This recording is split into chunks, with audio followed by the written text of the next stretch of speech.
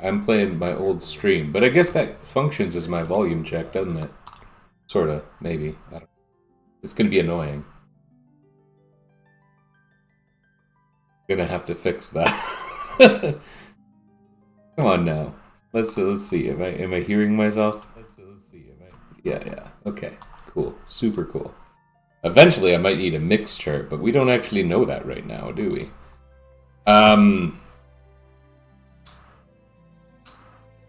Oh.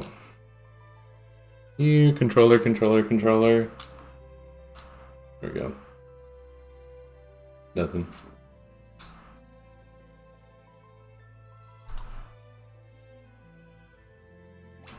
Ah. Here we are. Okay. Hoping to unlock our next jobs. Should be good, I guess. Oh, that was me clicking and it caused this. Oh, look at this beautiful hunk of land I'm standing on. Let's fight enemies. Let's gain levels. I don't have the boosts on, but that's okay. Are these guys the death sickle guy? Black flames. Those are useful for something. They're like a grinding thing. This is awful with the wrong people in the front row. Oh wait, everyone's in the front row. Everyone's in the back row. Oh no.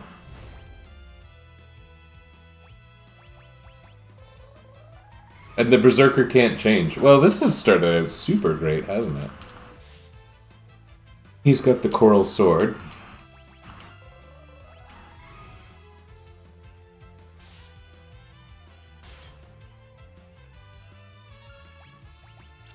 If I do this, they're not going to get a lot of actions, but I still got a dead person, so let's see if I can fix that. It's not cheap at this point, unfortunately.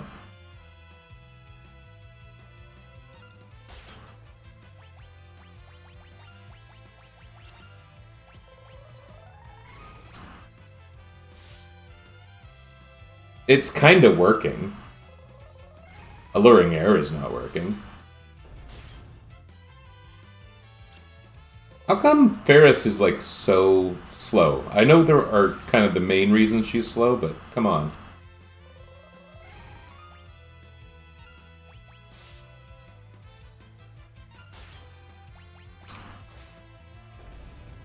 Okay, we did something. I'm gonna fight a few of these guys. But I think I might heal up a little bit first. Does this place have a... I mean, most towns have inns. 10 gil. Good deal. Probably because... They probably made the cost so low because you can get stranded here. If you don't realize you have to leave to the Chocobo Forest, which is not labeled on the map, you could just get stuck here.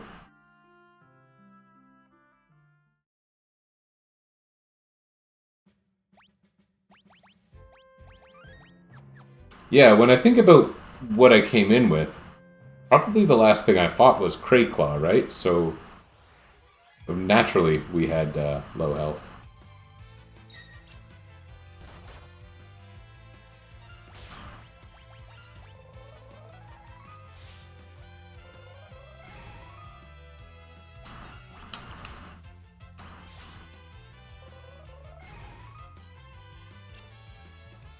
Boy, Berserkers are dumb.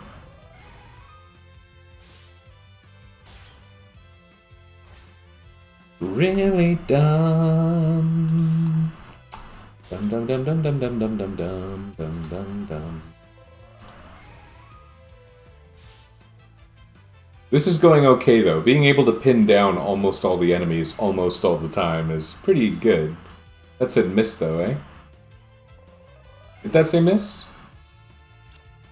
Maybe I was watching... It doesn't seem to matter.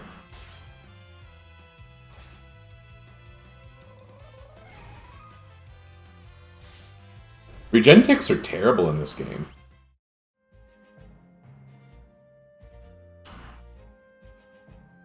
So all these boosts, you got no option to actually increase the number of encounters, eh?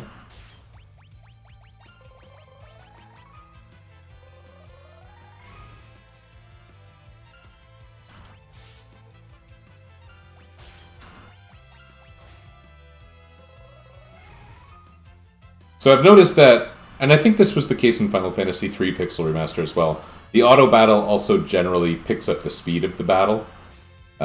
So I'm using it where I can, especially during these repetitive parts. Wow, that was strong. The Death Sickle, like, these are the two enemies who I would expect it from. I thought it was the Bio Soldiers. But I remember it being, like, really good now, and it stays fairly good for a long time. Because there's fairly few enemies in this, or sorry, fairly few items in the game that have death effects. And the death effects are oddly good in this game, so... Oops.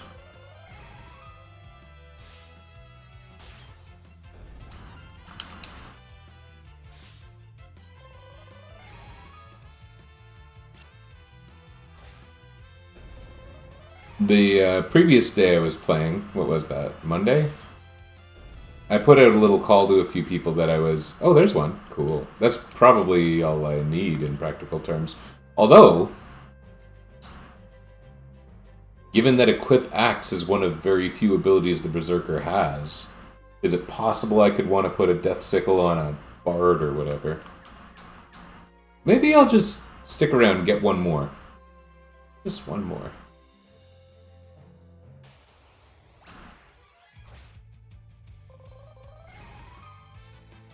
And yeah, these black flames are probably useful. Like, there's like an island that's full of black flames that are considered a near optimal early game grinding location. Oh, here we are in the back row again. This is going to take some time. They're even using an attack called Sickle. Good time for a screenshot, right? Yeah. Now we will remember.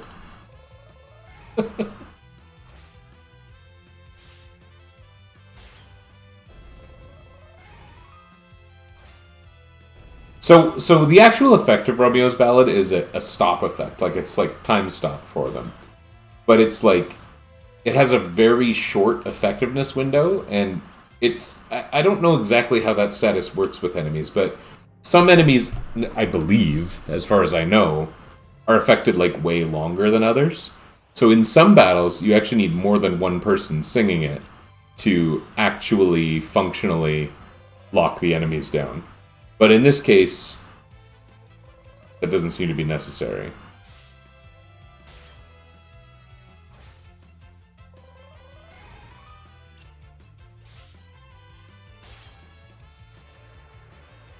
Very nice. Ooh, exciting. And deathy.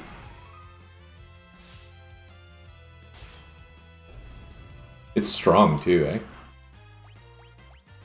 And we got another Death Sickle. So I should probably get out of here, right? What actually is next? The stupid floating thing. Oh, right. I need to talk to Sid. And then we fight the turtle first? I think it might be a turtle. Tortoise? It might be more proper to call it a tortoise. An Adaman tortoise.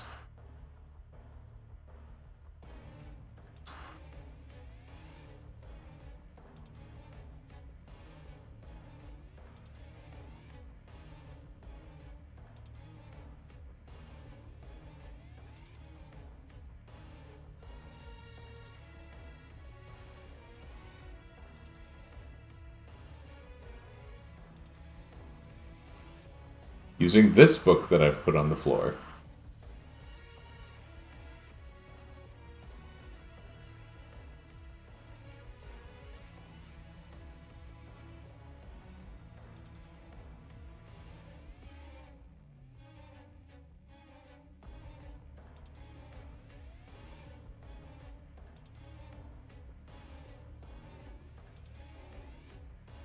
So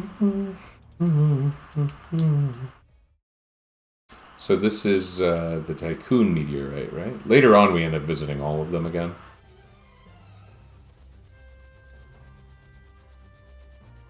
Where the heck is Tycoon? It's like right here. Good trip.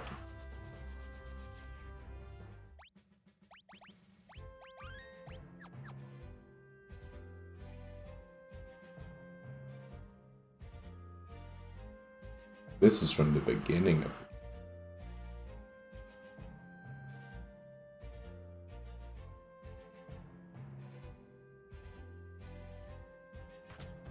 Ah, yes. There is my meteor door.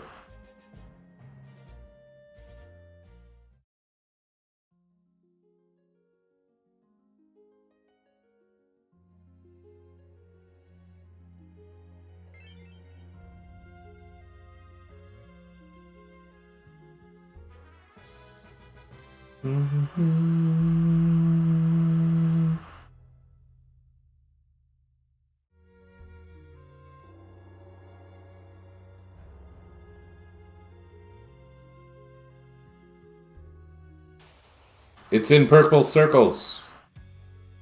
Nobody likes purple circles. Whoa. Oh no. That was bad. Well, you know, that death sickle's probably just gonna do it. Holy crap. We just... Those bards are flimsy, man. We're gonna have to go to Licks and buy some Phoenix Downs. This guy hates bards.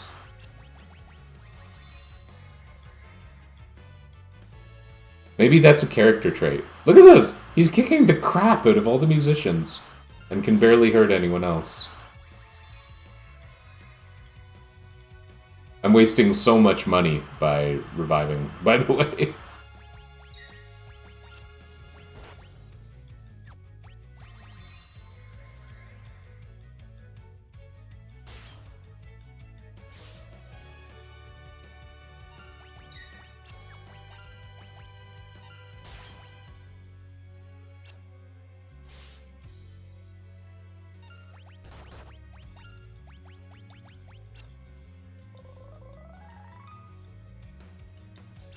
Oh, that's unfortunate.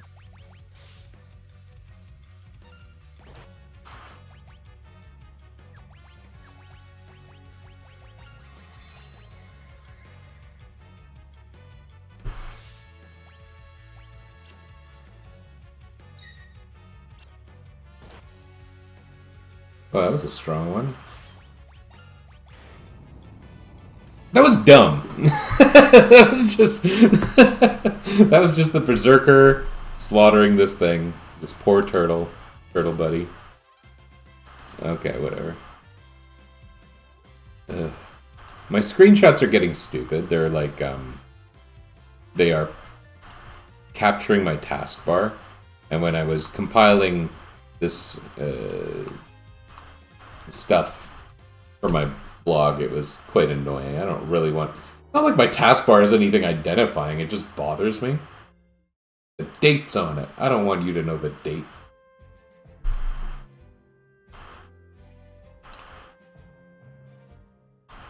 Why would I want...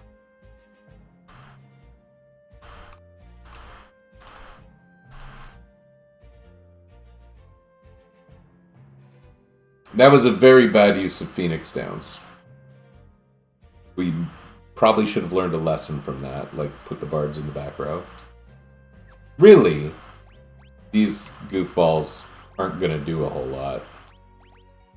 You know, maybe I should... Oh, right. Why didn't I do that in the first place?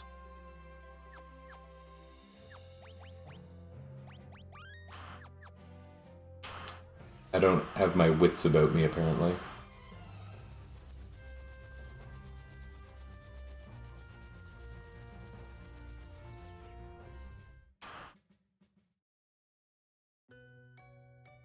So, it's interesting because there's 3 Earth classes I could end up with. And for 2 of the options, I will never need ethers or even magic points in the entire game, ever. Oh, that's nice. But if I end up with chemist... Oh, there's a scene. I didn't remember that. If I end up with chemist, the ethers are going to be, like, fairly important.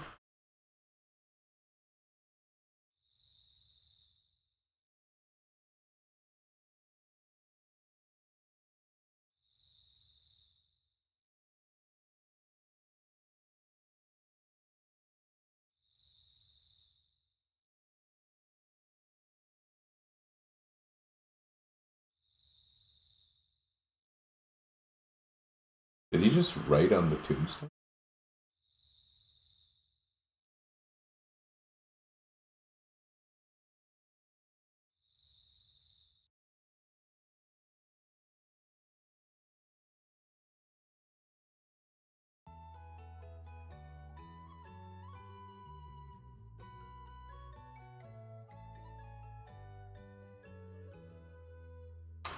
Yeah, I'm not going to be able to play that long today. I meant to join earlier, but there was some... I don't know. Stupidity. That's what there was.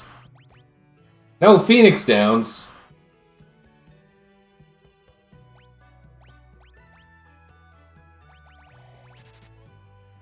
Huh. But in that case, it's even more of a ripoff.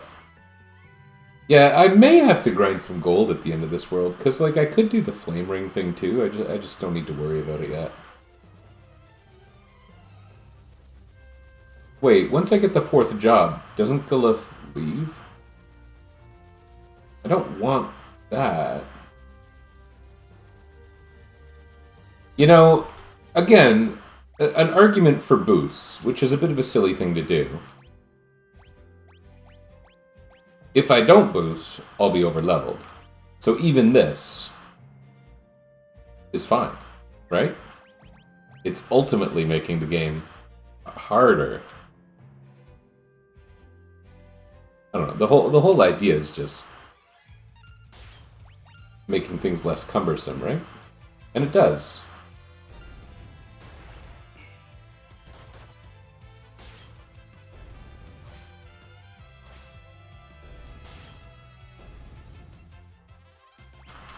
Yeah, that's pretty good money. So that means that... did these guys sell Phoenix Downs?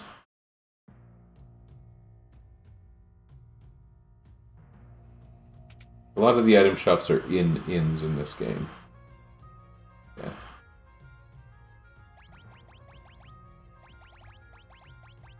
We'll just blow all our money on it. And then suppose I do like 20 fights outside of town. It sounds excessive. But if I get like 2 flame rings and I have to fight a dragon later, I'll be happy about it, so...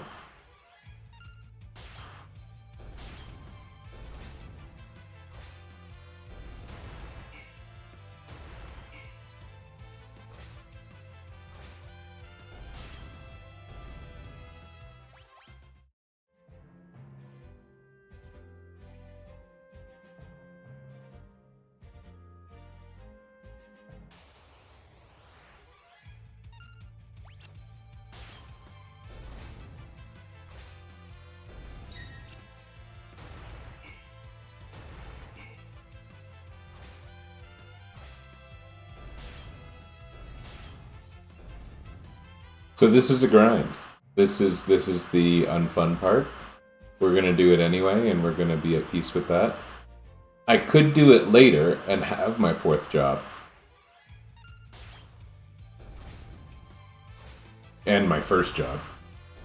However, because like I've got Lancer enabled as a job, or Dragoon rather, but it's not actually available to me yet.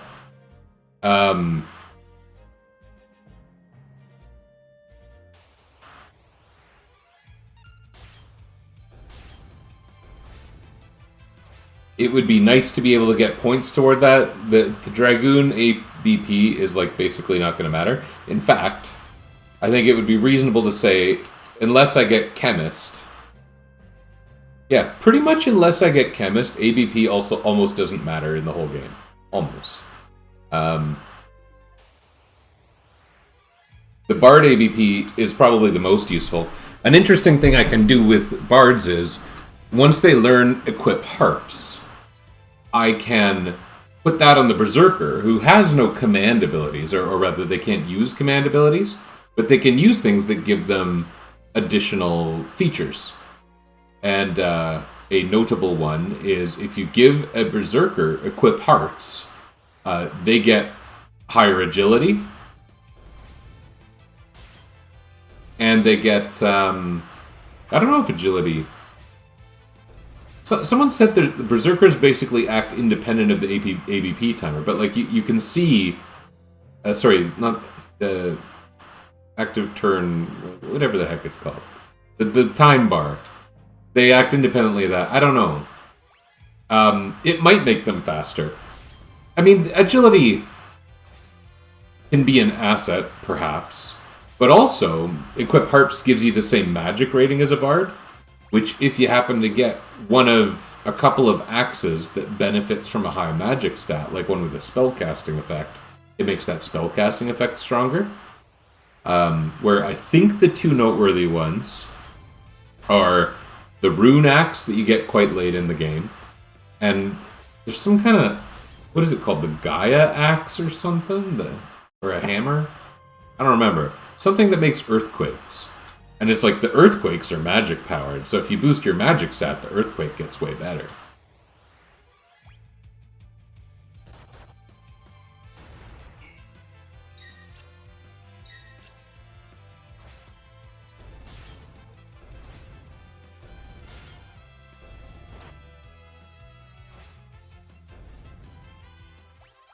I think what I've just learned is that for grinding purposes, I can put these bards in the front. Yeah, none of my classes so far have especially good abilities to, like, transfer.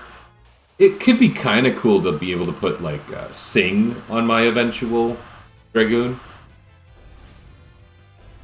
But out of even the things that are left, Samurai has kind of an interesting one. It's Blade Grasp from Final Fantasy Tactics, where it just gives you a flat-out dodge chance. And so, barring anything else, that's sort of useful. They also have... They have the Guild Toss ability, but... I don't know. We're not going to have... None of our job masteries are going to do a whole lot. We don't have any amazing synergies. In fact, even if we get Chemist, a lot of what makes the Chemist good is kind of done by the Bard, like the stat buffing. Well, that's just one aspect of the Chemist. Chemist can solve a lot of problems. Then I would have to, like, memorize a chart. I don't want to memorize a chart. I should print the chart and put it on my desk here.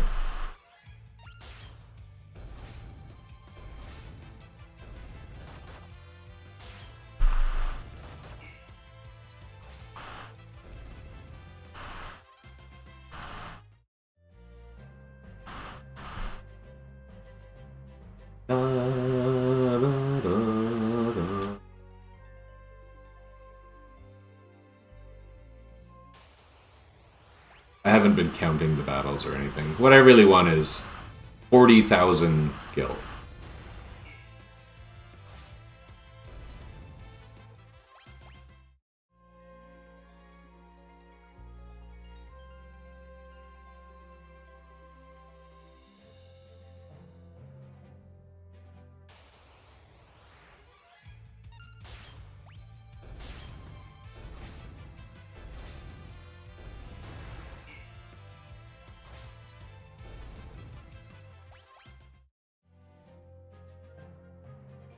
I could also buy harps for my bards, but they do a form of, like, proportional damage, or at least the one I can buy at this point does proportional damage, and it's kind of terrible. I remember leaning on that. Like, I had a bard in a 4-job Fiesta in 2018.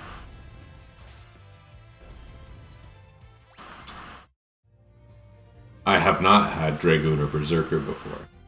Because I've only done a few of these. And one of them was natural. One of them was intentionally Bard.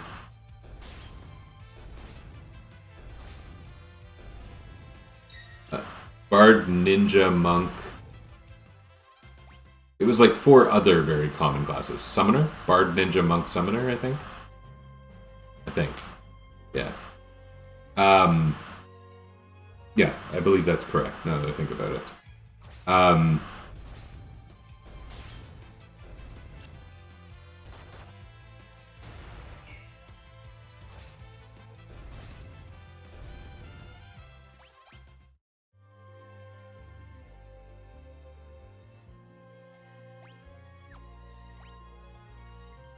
Oh, I have lots of money.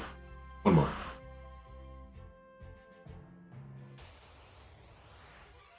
You know what else I never did was get Shiva. Maybe I should do that.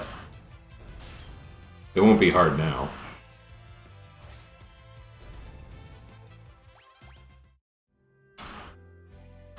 It does absolutely nothing for me in terms of pure functionality. Absolutely nothing.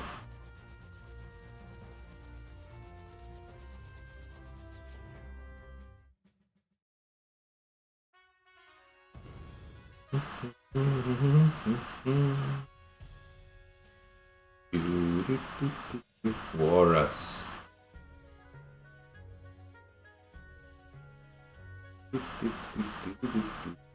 Not here.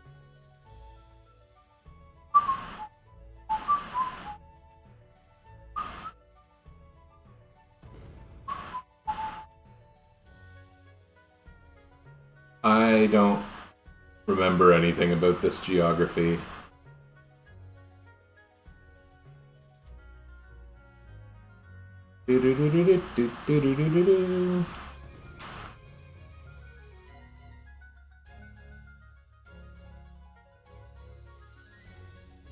Not here. This is the way back. Also, it doesn't make any sense. Here I am in the eastern wing of the castle. Why would I exit on the left?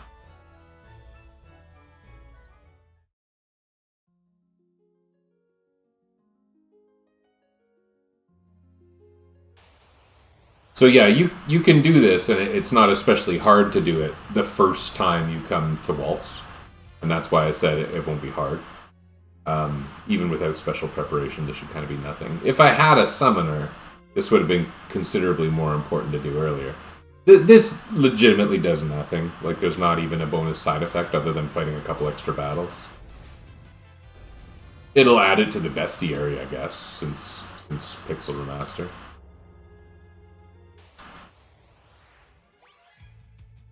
Bestiary.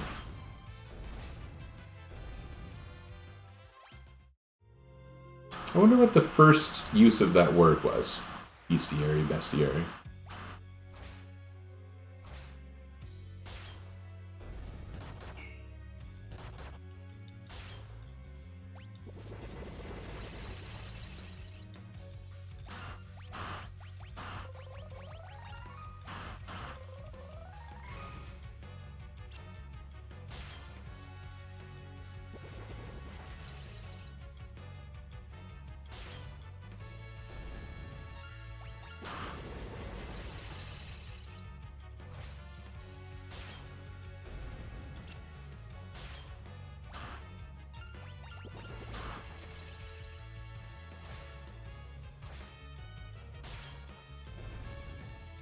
Great fight. That didn't do much. I got a Frost Rod. You know what's interesting? Oh, no, I didn't stay gone for very long. I'm not going to be able to use rods at all once I get my last job. No matter what. Because any of them are not... None of them are, you know, Team 750 jobs. There's not... There's a castle later on where there's an item hidden in the moat over there. We'll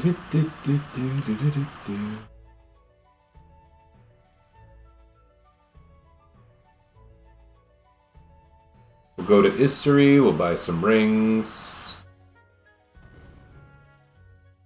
You know, grinding those doggies took so little time that I'm kind of wondering if I should get 4 flame rings, but that's probably a waste.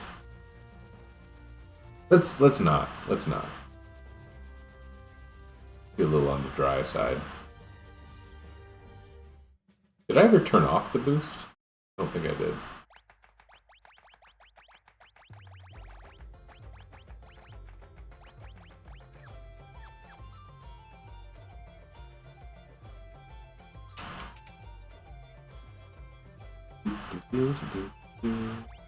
Oh, they're way more expensive than I remembered. I got 1.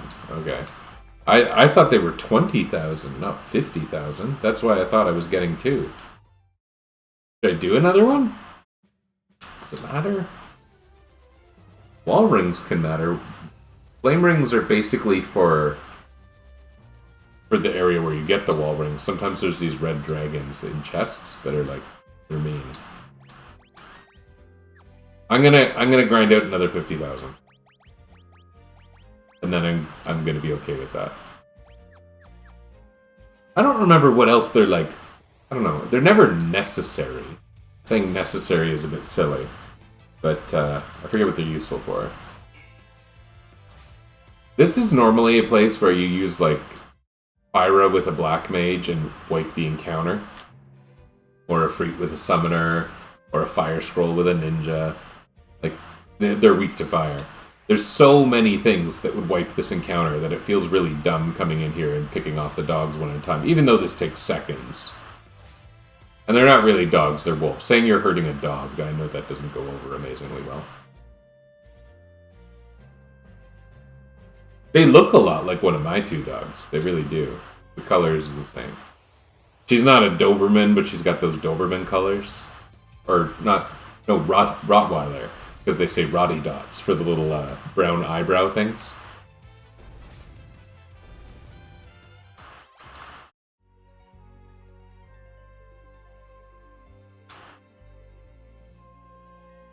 She's not that tough. Sometimes she thinks she's tough.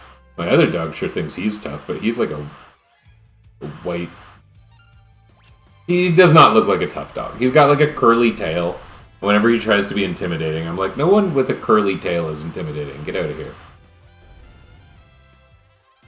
I also have cats. Oh, that was a job level. That is literally the first job level I've gained in the game.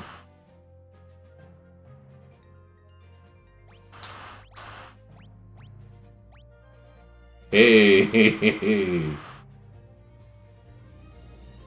Wait. Oh, that's not the first job level I've gained in the game.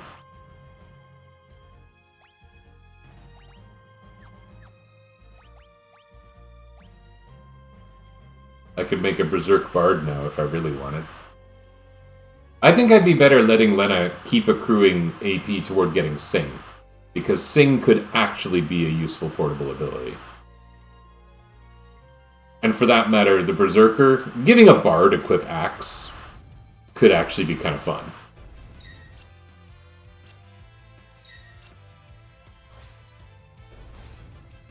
Maybe I do want more Death Sickles.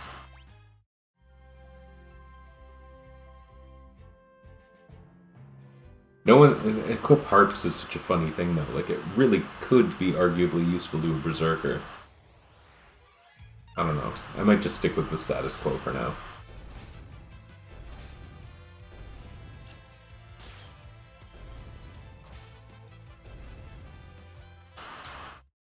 I wonder what my 4th job's gonna be, but I don't want to find out until after I do this nonsense. My cat was just here. Where did he go? He left. That's unusual. Normally he gets right up on me and I can't get him out of my face. This is a fairly new t-shirt. One of my kids got it for me for Father's Day, which just passed. So I don't want to get cat claws in it. This little cat, he ruins a lot of my clothes.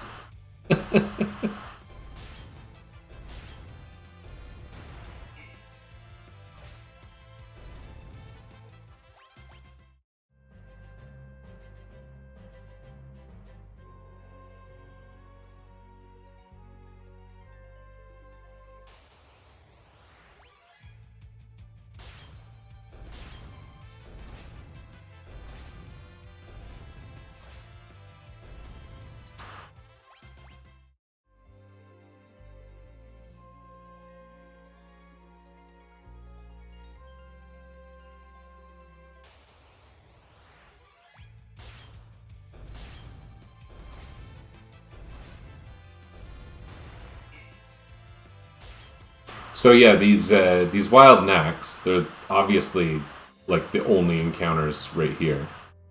They give really good money, especially for the proportion of experience and the ease and the time in the game. So they're kind of a preferred money grinding spot for World 1. They bite you with little wolfy attacks, but that question mark attack they keep using, what's that called in other Final Fantasy games? It is called question mark a lot of the times. It was called Revenge or Revenge Blast in Final Fantasy VI. It's the one where it does damage equal to how much HP you've lost, which is also Shock in Final Fantasy Tactics. It's not Shock in most other games. So, that's why it so often does 0 damage, because they have full HP. Not because I'm so amazingly armored or anything, although that might be happening, I don't know.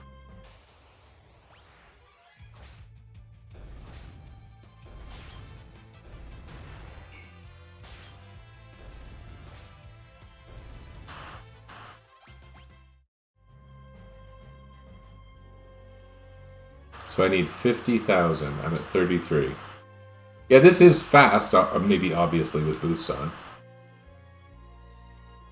I guess I'm gaining some ABP and levels too.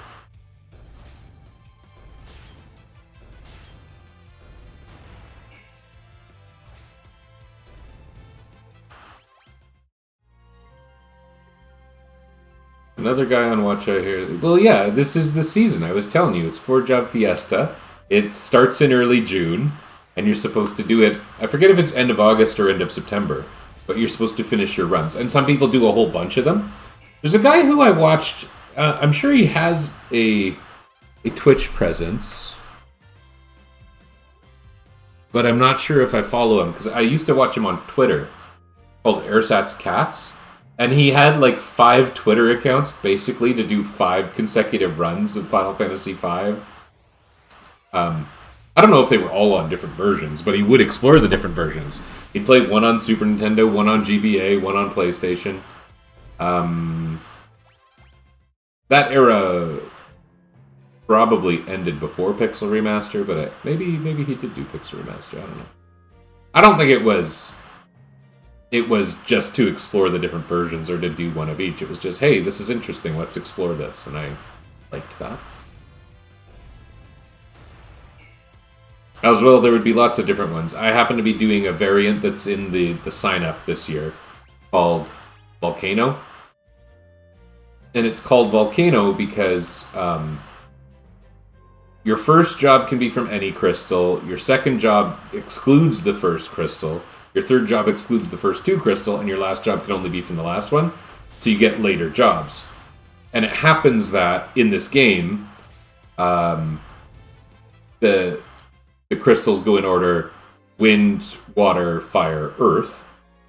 And there's no particular correlation to the jobs in terms of elemental aptitudes. Like, it's not like wind jobs are more associated with wind or speed, or fire jobs are more associated with fire, or I don't know if there's a way you can anthropomorphize fire, but like strength, I don't know. That correlation doesn't really exist. In fact, it's more a measure of how ordinary or weird they are. So, yeah, it's late game. I'm getting late game jobs, and that has happened. I happen to have gotten 1 water job, 1 fire job, and 2 earth jobs. It also happens that 2 of the 3 jobs I've revealed so far are kind of trash. Like you said the other day, like, Bard's pretty good. In a lot of games, you would not say Bard's pretty good. In this game, I guess we do. Bard has means to compensate for a lot of things.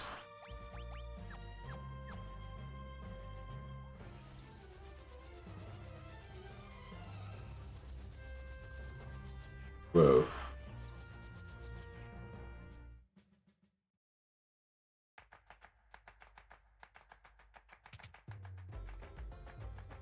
Especially with their ability to lock down random encounters with that stunning spell. Okay. We've got that if we need it. I'm mainly thinking of the World 2 Red Dragons. I don't know if it could be handy otherwise. Some people use Flame Rings against Omega because of the emission attack or whatever it is. I don't... Actually, there are fire-wielding enemies at the next thing.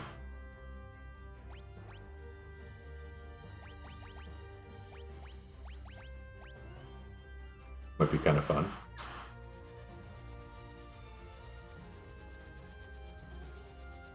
So, like, that's where we're going.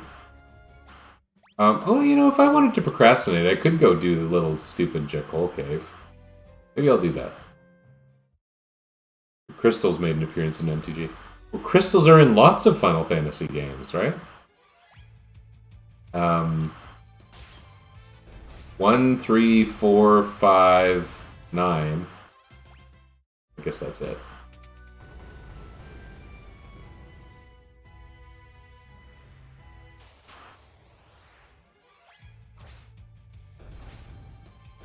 Crystals seemed like a whole Final Fantasy institution for a time.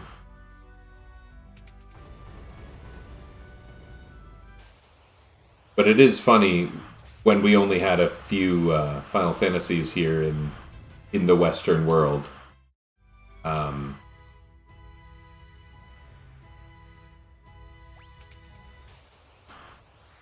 You're like, Final Fantasy 1 revolves around the crystals. Final Fantasy 2, which was 4, revolves around the crystals. So when you play Final Fantasy 3 and there's no crystals at all, it's like, what's up with that? And the crystal equipment in that game is only sort of okay. One of the cards I was looking forward to is the crystal card is, you're saying? Oh, jerk. Fight me and run away.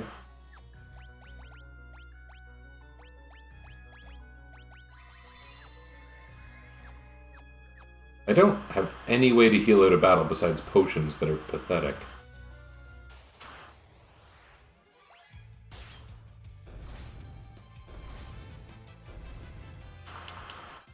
Are they specifically elemental crystals in MTG?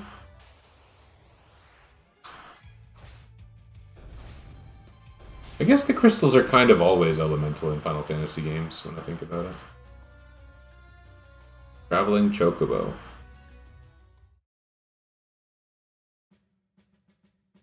Why did I do?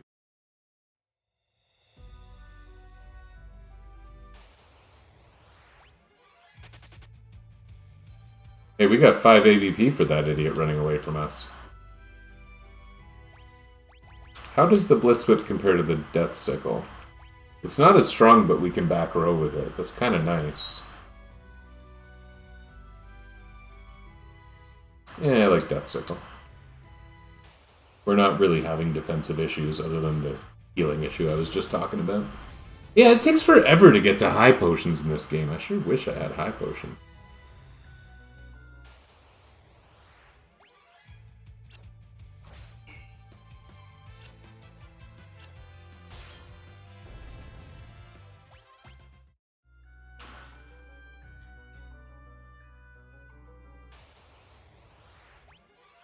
Uh-oh.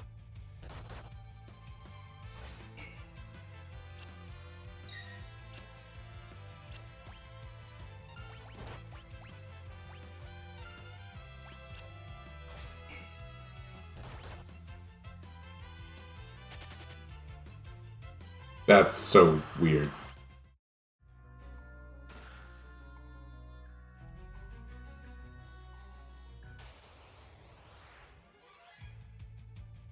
Dark is black. Wind crystal. Fire for red. So blue is obviously water. Green, I guess, is earth. Dark is black. Dark crystal. Okay, I guess there is a black orb in Final Fantasy 1.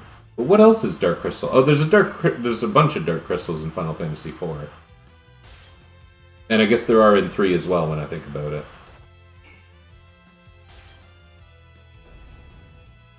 In this game, it would have been interesting if when they introduced the advanced jobs, they had a dark crystal, honestly. Because they're kind of like... The 4 Oh my god. Oh, okay, we died. That's cool.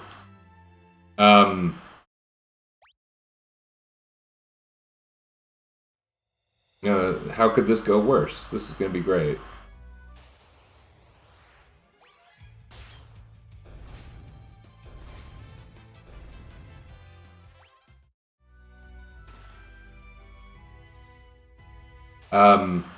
The jobs from the advanced version were like thematically. I don't know. I guess calling them dark is a bit unfair. Cannoneer can be whatever you want it to be, I suppose. But like Oracle doesn't sound too negative. But I guess I was thinking of one of them was Necromancer, and one of them was Gladiator, and the Gladiators were outfitted to have kind of like a skull motif. I think that's the way I remember them anyway. Those masks. So I guess I just kind of thought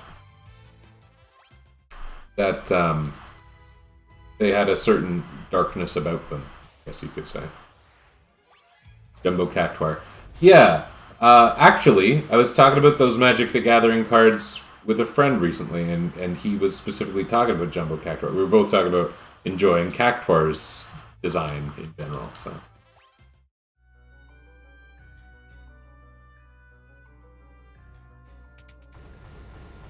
Okay, this cave is dumb. 10,000 needles. Does 10,000 damage to target creature.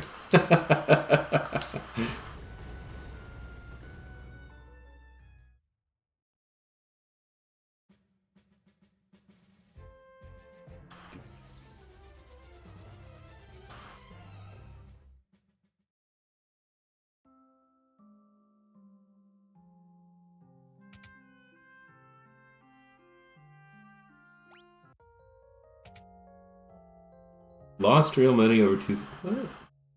Okay.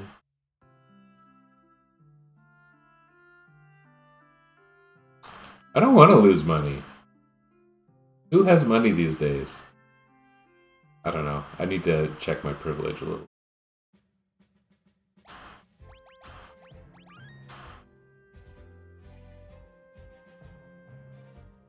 Okay, I gotta look at Traveling Chocobo.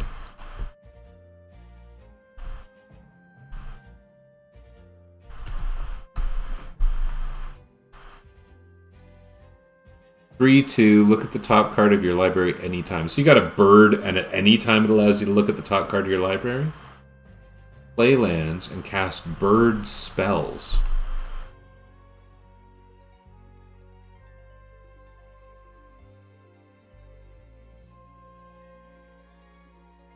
That's interesting. If a land or bird you control entering the battlefield causes...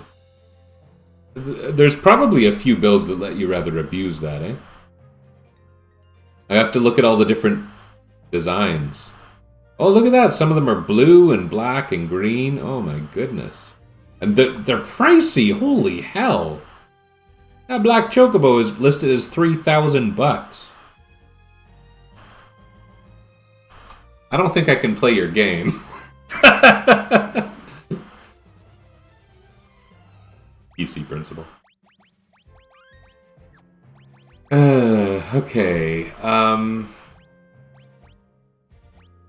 don't think there's anything we can do to be more ready for the stupid fights ahead. I think most of the launchers can be Romeo's balladed. Oh, I need to go and upgrade the airship. I forgot about that. Arena digitally. Okay. I remember an online Magic the Gathering card game during my IRC days. Like, people were doing that in the mid-90s. That's probably the last time I played any significant amount. I played that little bit with that friend who bought me that pack. I still have that single pack, but... Okay, so there was an extension to that story. Last time we were talking, I was saying I had Magic cards. I played in, like, 1993 and 1994, and that I don't play anymore.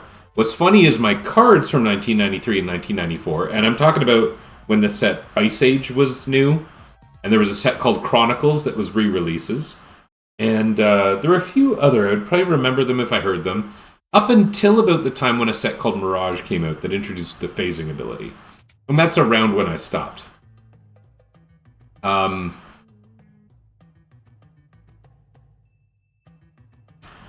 So I kept those magic cards for many years, and I used to play with my brother, and he had a girlfriend that played. And somehow, when we all stopped playing, they left their cards at my house. So I had my brother's card, I had his girlfriend's card. He died many years ago, around the time I would have met you. And his girlfriend, his former girlfriend from that time, even before he died, she had moved to Italy. So I had these things basically in my basement as I moved around from house to house. And I had all of my cards that were about 2 like recipe boxes I used to store them in. And then my brother's stuff that was a recipe box, and then his girlfriend's stuff. She had like an official, yeah, Fountaineering. She had like an official Magic the Gathering box of some sort. Like it was kind of fancy. Okay, I have to beat all these guns, right?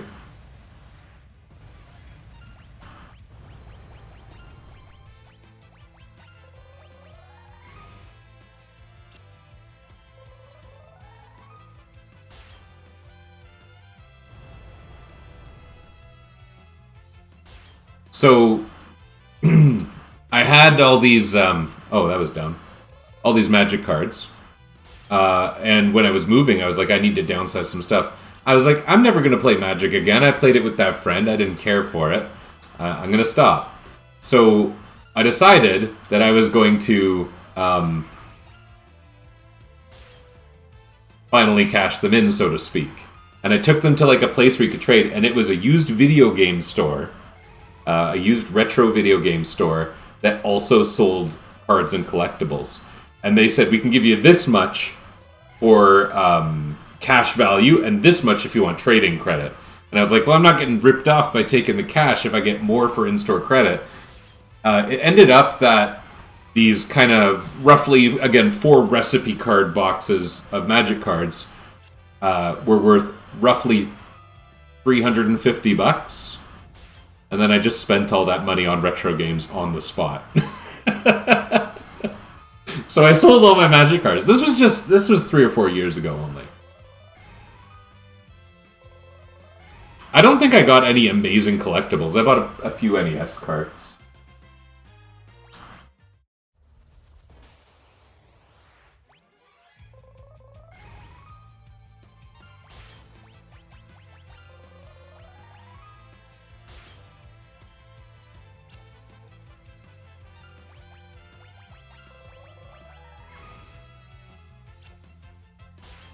So what I'm trying to do here is space out the Romeo's ballads to lock them down a little more.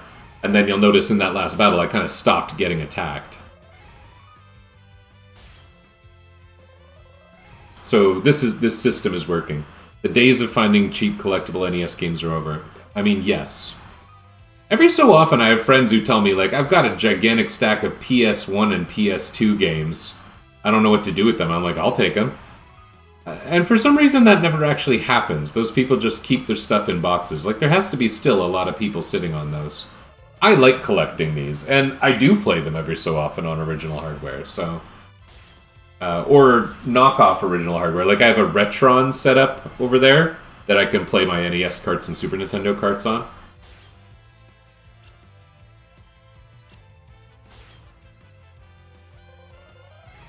But, like, right now in my house, we've got an N64 hooked up, a GameCube hooked up, a Wii hooked up, a Wii U is still hooked up. Mop up, yeah. Yeah, I like that. I go... There's actually a lot of retro game stores in my area, including one just in town. They have more modern games than the actual retro stuff, but it's still pretty good. And I do enjoy that.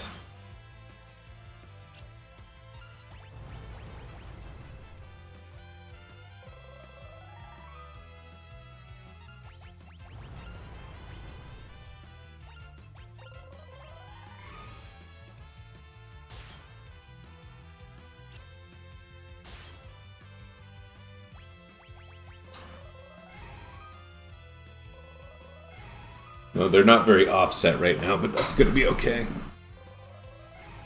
They're kind of going right after each other. See, I've got an NES and SNES, don't have hardly any cards to use EverDrives. I've never even bought an EverDrive.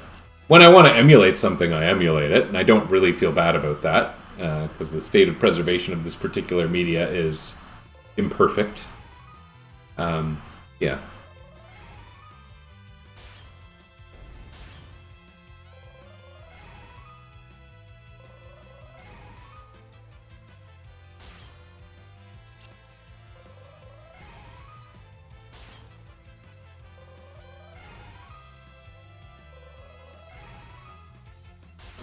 One thing that's funny is Cetra/Greg. I did literally send him my original packaged Final Fantasy VIII because he said he loved it and I hated it. I remember that.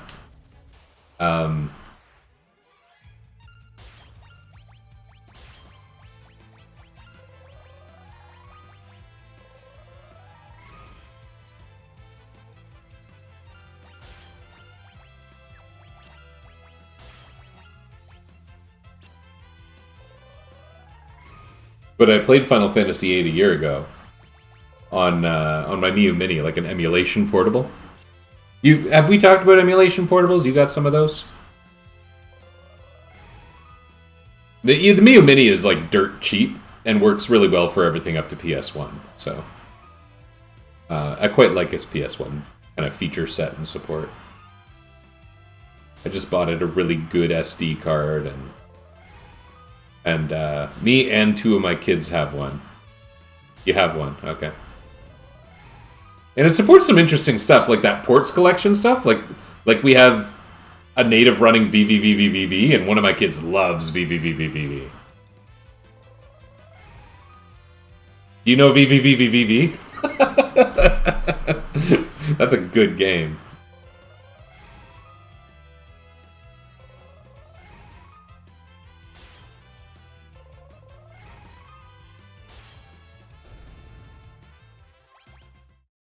Well, well, well. Look at how we did at all those stupid launchers. We did fantastic.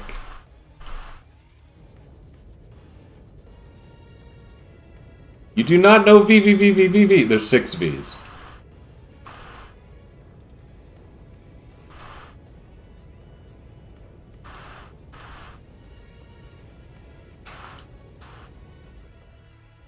Yeah, it's a gravity flipping game, and it's like a modern game, not modern, 2010, but in the style of like a 2600 game.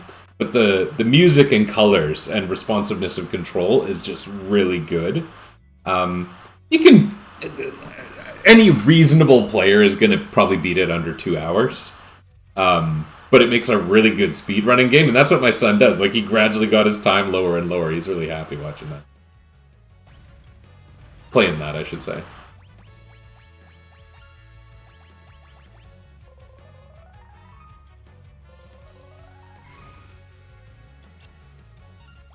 What counts as launchers? Oh, those. Oh, okay. Super. Oh, no, oh, no.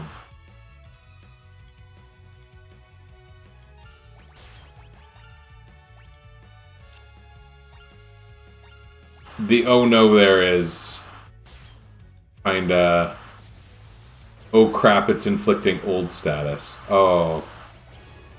So that's gonna like dramatically reduce our damage. We'll see, maybe it's no big deal.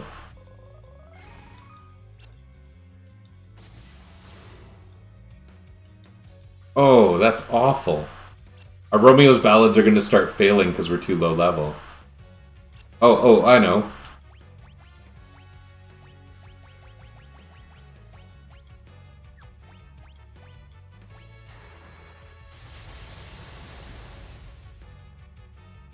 This is kind of our last chance to do this crap anyway.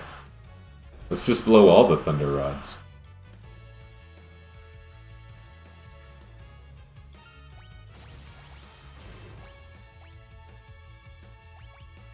I don't really have any options.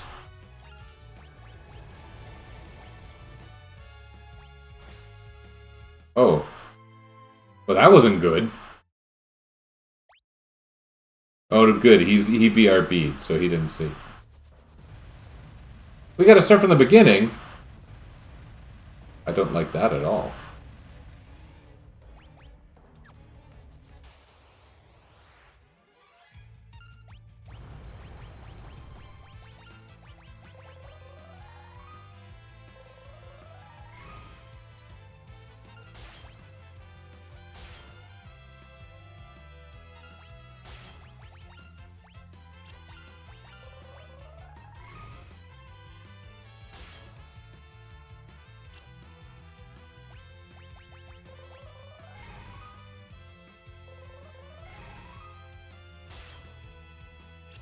Well, he's going to be back, and I'm still going to be fighting these guys because I have to do the whole thing again. Pretty rotten.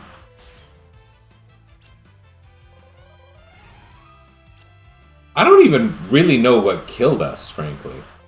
I guess it was the wave cannon?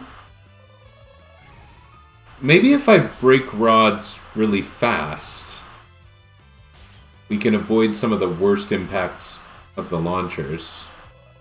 Because I can't heal.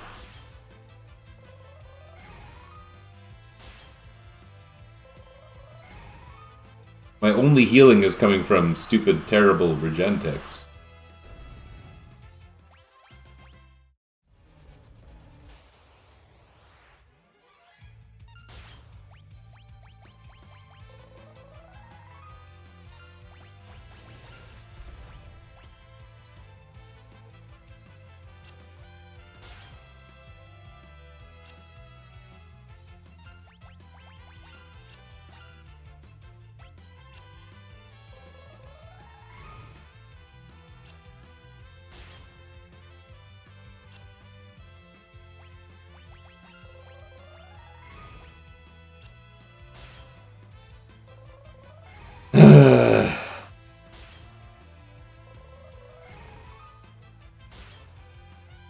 Look at the damage Goluf took, too. It doesn't really matter, because if the rocket launchers only do proportionate damage, and the flamethrowers only do fire damage that heals him, it really doesn't matter.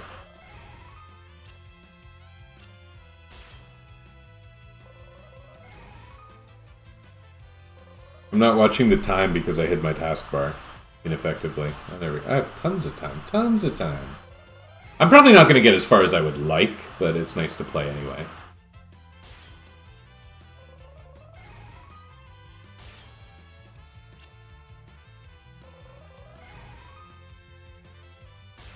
I do think I will at least get the 4th job. And thus, the 1st job. And then when Goluf leaves the party, he's the Berserker.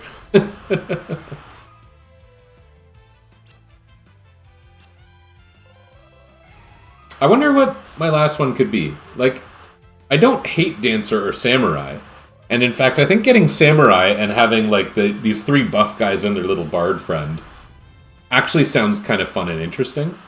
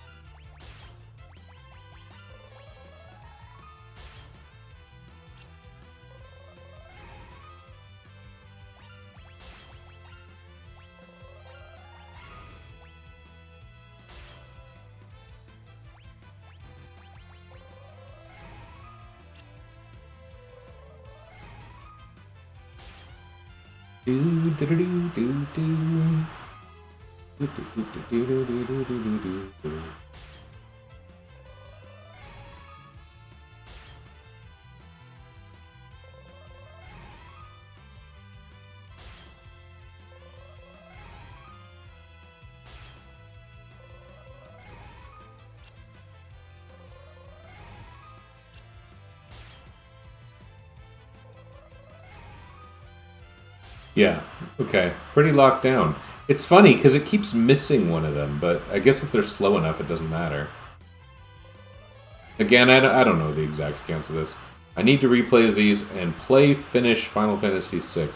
You make it sound like you haven't played Final Fantasy VI. I guess you're probably talking about specifically the Pixel remasters. Yeah, the only one I played so far was 3. I'm gonna do this because it came up. But I do have a particular intent related to 1. And then I'll have to make up some random crap to do with 2, 4, and 6. I could probably come up with some ideas for that, actually.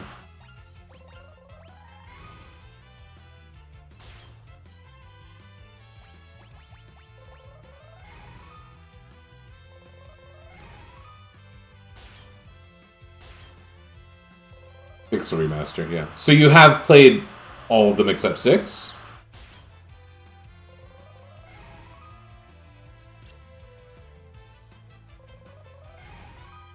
Yeah, okay.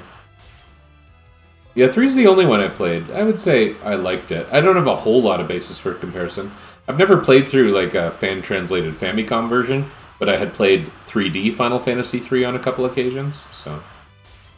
That's your favorite Neo-Non 2 play. Yeah, the stupid thing is when you end up owning a game on, like, several platforms. You know what's funny? Okay, so we got a Switch 2. You know what my 13-year-old does? He starts playing... He's been playing all the 3D Zeldas lately. And in the last month or two, he loved Breath of the Wild, loved Tears of the Kingdom, went back and played Ocarina of Time, played Majora's Mask, and then, like, fairly recently did Twilight Princess and Skyward Sword. And he says Skyward Sword isn't as bad as everyone says, but still kind of the worst of the ones he's played. I guess he would say there's good aspects. Anyway. Oh, look at that map. That's freaking cool.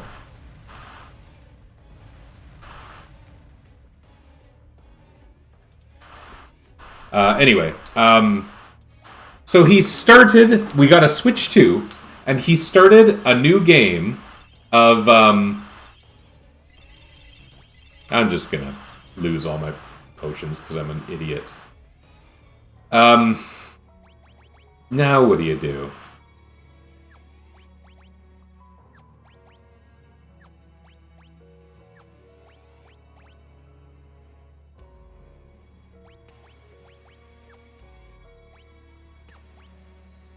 Oops.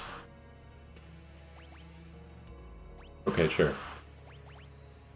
That's nice. Agility bonus.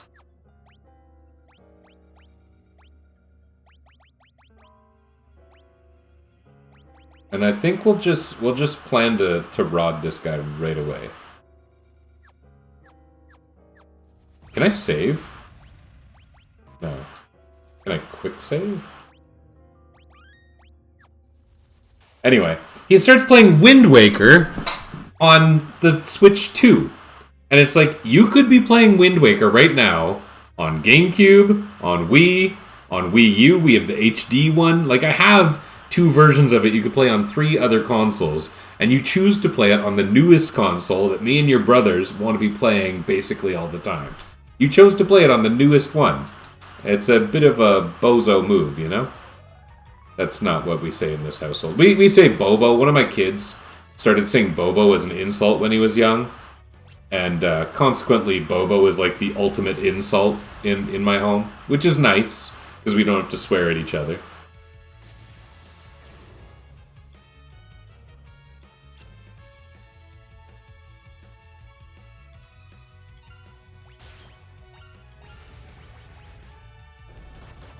What oh no! I accidentally hit the auto battle button. That was such a waste of time. Okay. I wish I had that time back. Don't get olded. Oh, he got olded. This is me confusing what the Y button is because they use the Xbox convention that no one actually likes.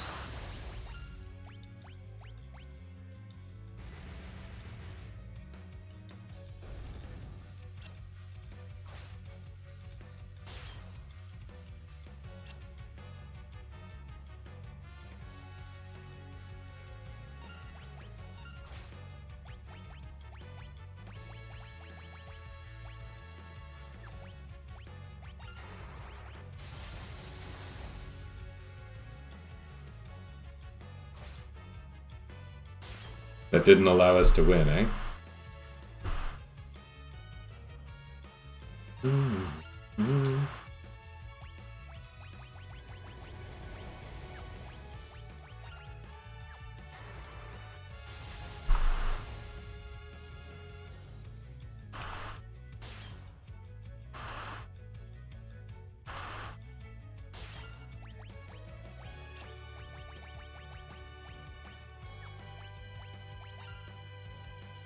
Is that gonna work?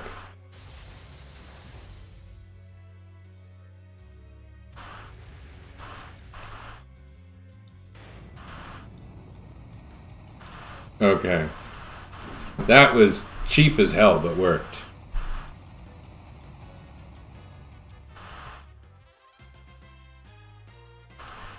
Yeah, games you own on a lot of platforms are a funny thing. Final Fantasy IV. How many Final Fantasy IVs do I own? God damn. You know, it's because they made 3D versions and non-3D versions and whatever.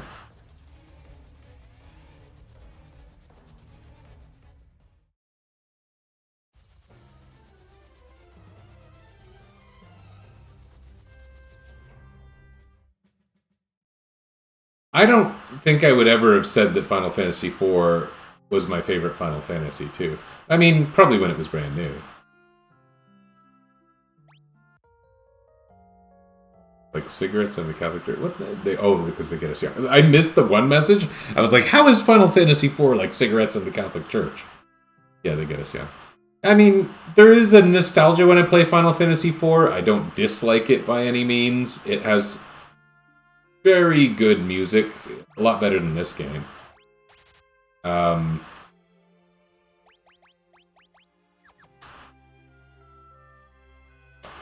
There's very few things it does best.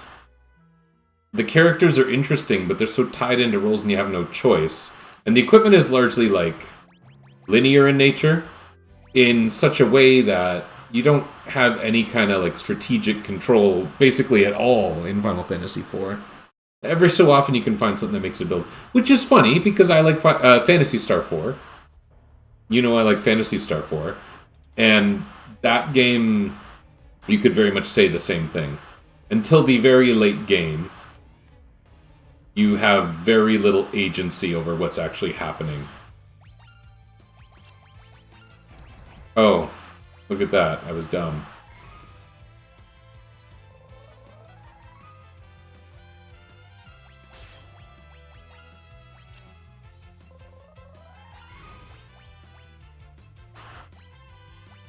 What's the right sword to use here? Oh, probably I want my Death Scythe. Death Sickle.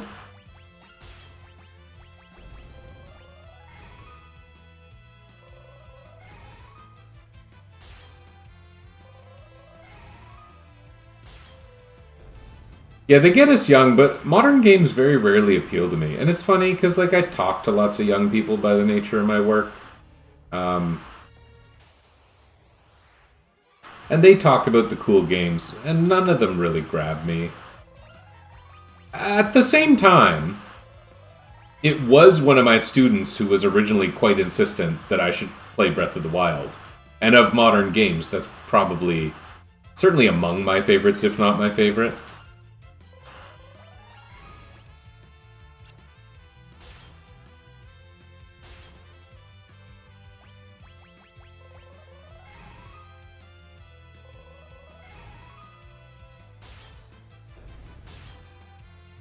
The fellow who was in here the other day was talking about Clair Obscur. I've heard people talk about Clair Obscur. I don't know anything about it. I know that I probably don't have any hardware that supports it. I sometimes think Persona 5 looks so cool and stylish, I should play Persona 5. And then people tell me, like, you know, you're going to invest a minimum of 100 hours, have a good time. And I'm like, 100 hours? Think of what I could do with 100 hours. I'm not going to do that.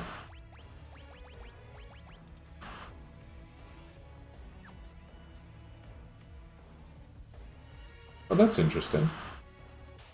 Look at the way it shows me the paths.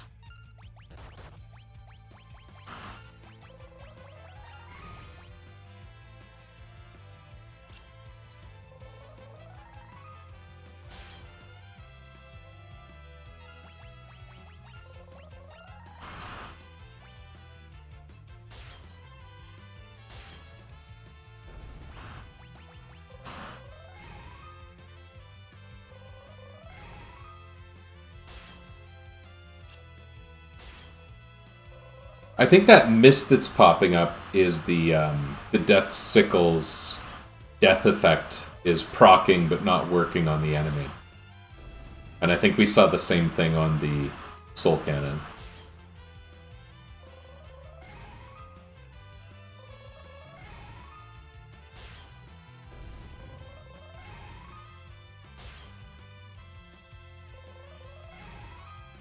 So the bards right now are preventing the enemies from acting and taking up more than half of the time in the fight, I guess. Leaving the other two characters to do all the fighting. It's making it very safe but slow, and I guess that's a good thing. Golden armor.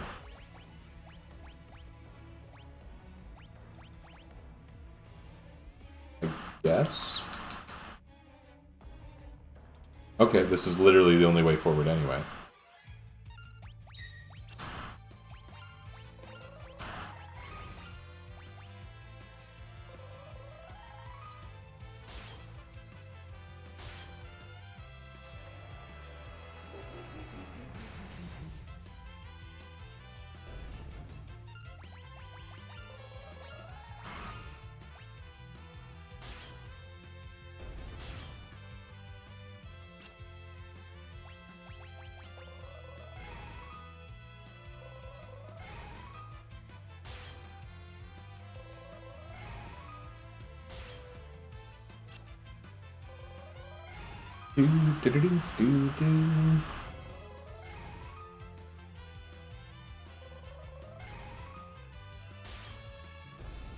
Yeah, I realized that the other day, basically none of the game audio came through, so hopefully I've turned that up a little bit. I don't remember the paths. I'm gonna have to take my cues from the map design. Hardly the worst thing.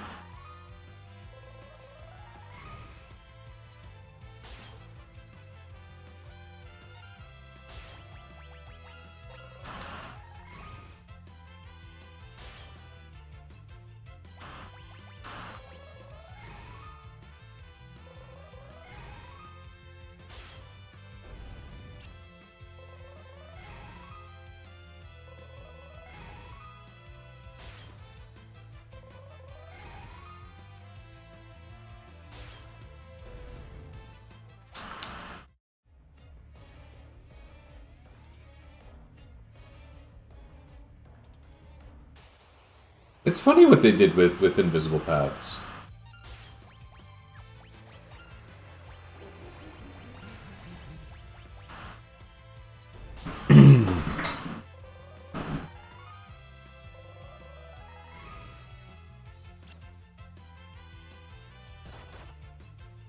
You know, I don't think they ever explain what the Ronkin ruins are the ruins of. Well, they sort of did. They said the Ronkins learned that using the crystal's power would cause them to break, so they switched it off, and that's why their city fell. But, like, did that happen since they sealed X-Death? Because they only sealed X-Death like 30 years ago, and they're treating it like these are the ruins of an ancient civilization. Is this one of those things like Harry Potter where, like, there is a timeline, but it's a stupid timeline?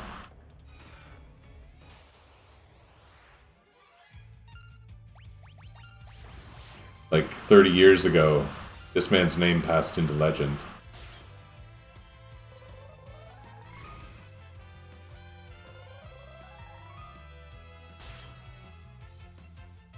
For generations of hamsters, no one has said the name Voldemort.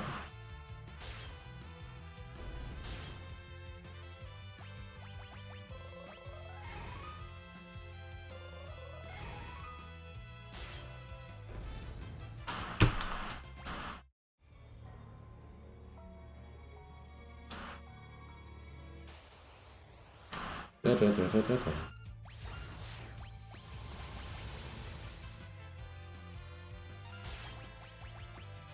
Normally I like this part of the game. If I'm playing casually, I'd have blue mages. And blue mages learn a few good abilities here. Notably, they can learn... Well, that Era move is quite nice. But this is also where you learn White Wind, and they become proficient healers. And that's a little interesting because I do not have proficient healers.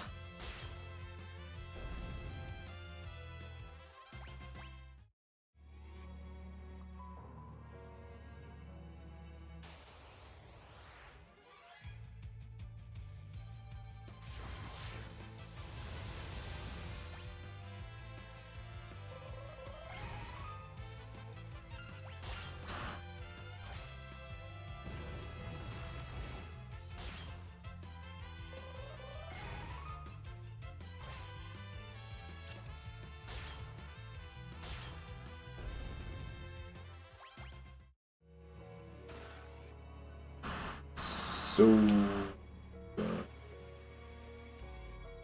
right.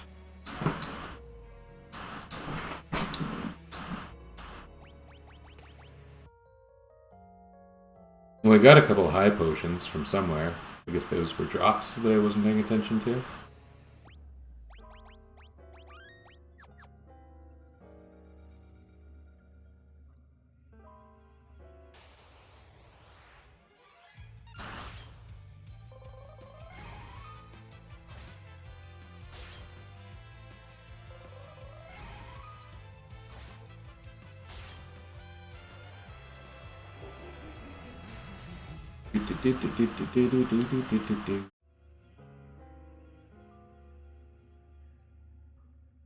I always forget which of these is the actual path forward.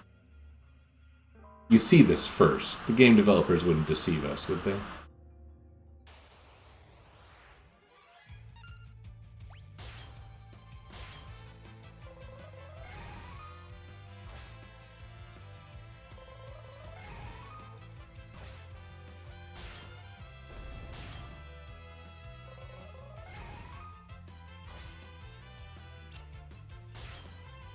Those guys are immune to silence, huh? Strange.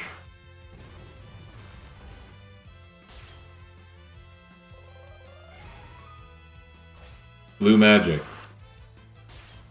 I was talking about blue magic like 5 minutes ago. Had you paused the stream? Era. That is blue magic here. White wind. There's something else you can get here, but a lot of blue magic, you know, is like basically impossible to use and just for fun, like a roulette. Who has ever been like, oh goody, roulette, that will solve my problems? You might say the same about like level 5 death, but in this game it's really good. It is funny because level 5 death is like, it's very rare that you can find constructive use for it in Final Fantasy VI. Because anything you would really want to kill that you don't have another option to one-shot basically dies in one turn from anything anyway.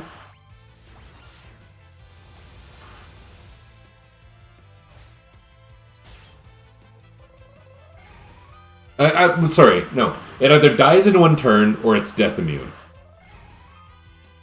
The fan has Era and it has White Wind, but you need to control or confuse it to get White Wind. Not doing me any good, though. Yeah, it sucks when there's games where basically anything you could want to kill is immune. That's another thing that I could critique about Phantasy Star 4, and yet, that game has like the best death attacks in any RPG I've ever played. And that's partly because of just the unusual, the division of abilities into techniques and skills in that game means kind of you can squander some of your attacks without affecting your ability to fight the boss. So you're more inclined to use death attacks, and that sort of makes them better.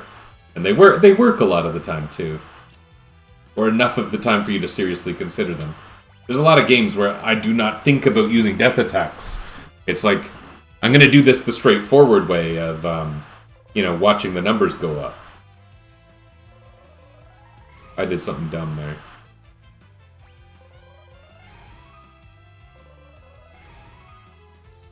Whatever.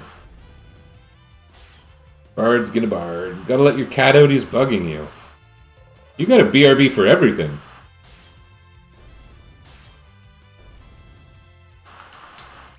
Yeah, Phantasy Star 4. That's a nice game to kill enemies in.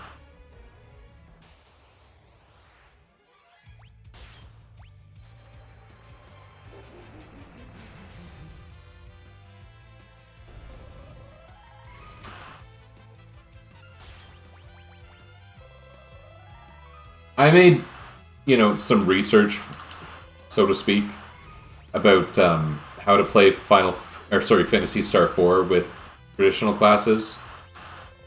And I stand by it and think it would be interesting. But Lady Ariana Starbird, who has developed the randomizer for Phantasy Star 4, kind of introduced a feature where characters effectively do have classes. And I don't want to reinvent the wheel. I don't know. But that's a randomizer. That's different from the original game, you know? It's not exactly what I want.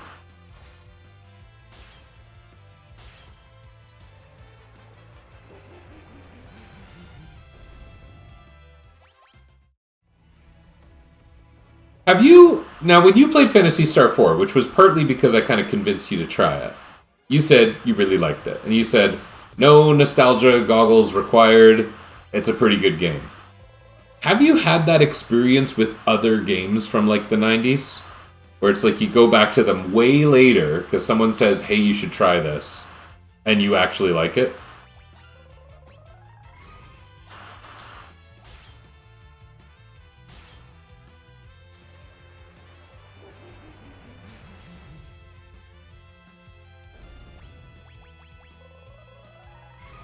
Genesis one?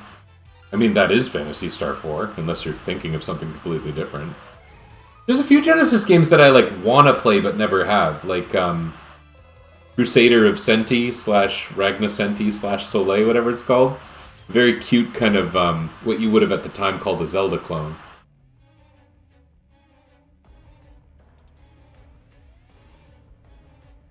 We were not very imaginative with our names. Remember when FPSs were called Doom clones? Oh, Shining Force too. Shining Force. Yeah, people like Shining Force too. For some reason, I've always liked and played Shining Force 1 more.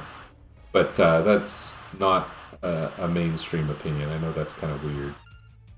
It doesn't have a whole lot going for it.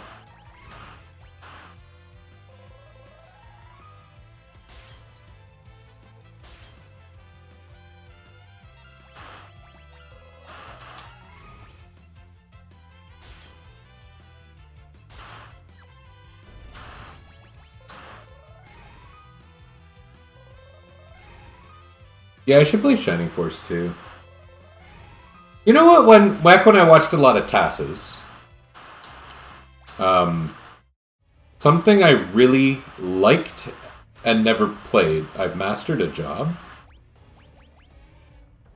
It is always mystifying to me that gold shields are better than mithril shields. Lena has mastered Bard.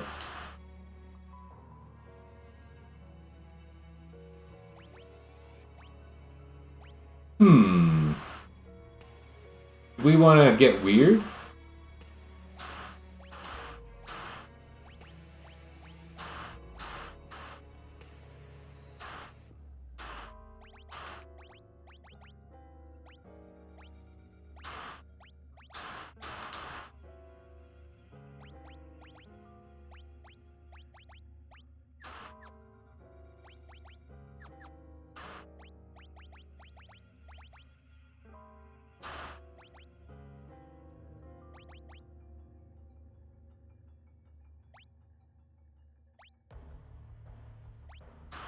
Or...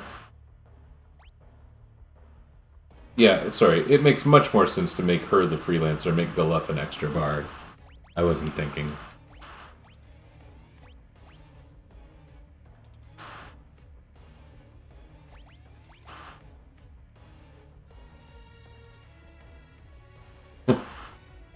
Sure. Wait. If I give her equip harps, her stats get better, right? Change Galuf to bonus bard.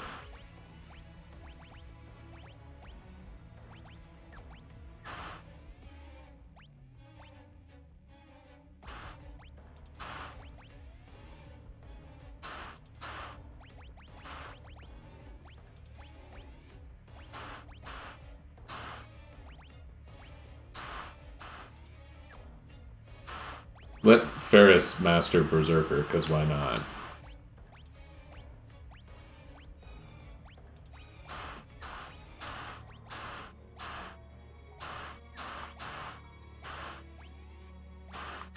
Yeah, this is looking pretty good.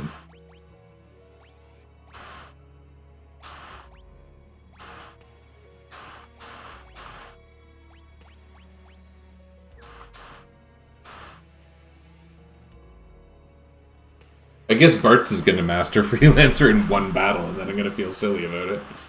Oh, whatever.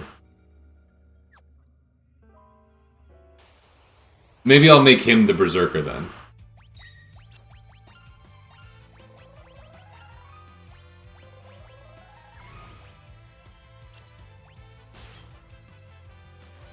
Oh man.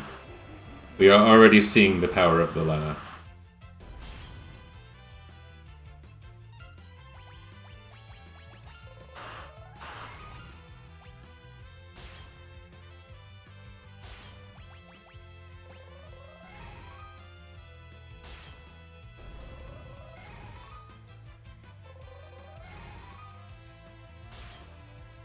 Oh yeah, I was starting to say, back when I was really involved in the task community, watching a lot of tasks, I got so distracted.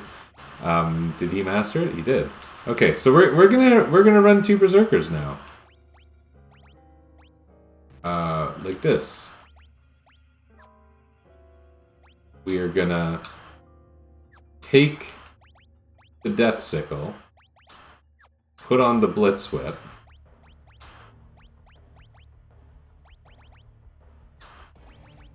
You get, yeah, keep the Mangosh.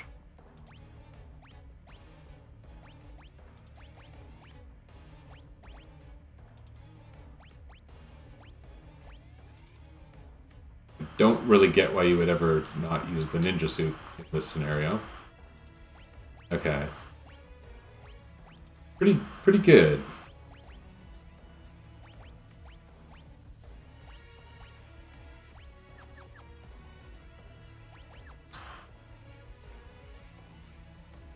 So now we have 2 Berserkers, but at least Bartz should be a little more effective. I wonder if we'll see Bartz be more fast. Oh, I have Bartz in the back row. Maybe they won't be that much more effective yet.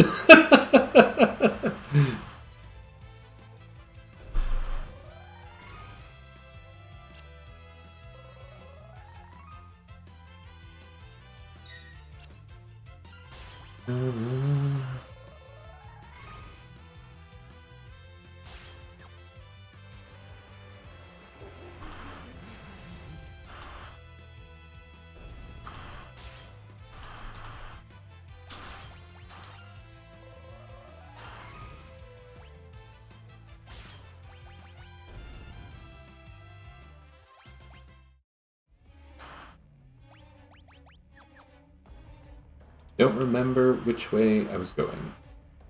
Okay, yes, this is right. And then up to that top thing. Maybe I should save, though. I made a little progress. I did a little rejiggering. I think there's still another save point before the actual, like, boss. But whatever. Honestly, probably worth the tent, too, because my hit points are a little low, and again, I got, like, no way to heal. Besides Mighty March and potions.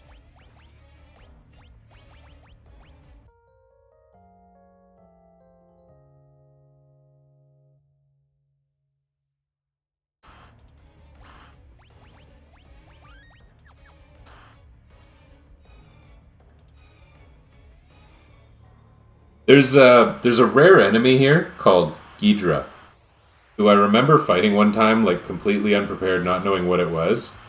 And man, that was stupid. It's so strong.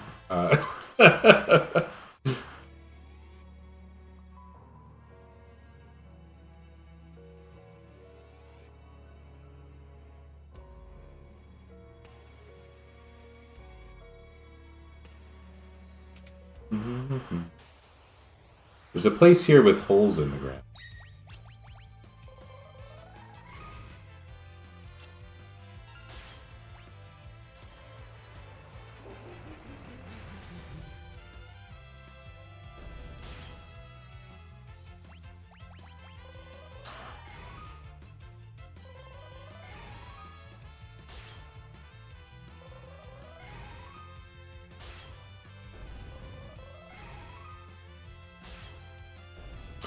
The boss is a phased boss that its defenses keep changing.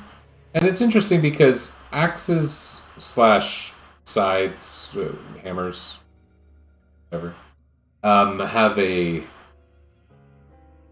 property in this game where they like half ignore defense, something like that.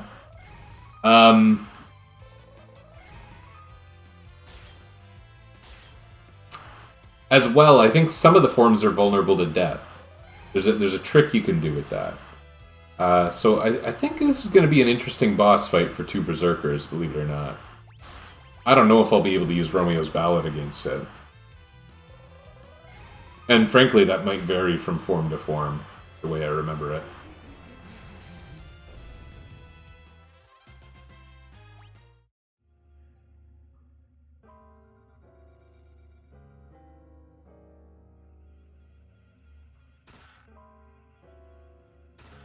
Is there a pit here? I think there's a pit right in the middle of the room I'm in. Good fight.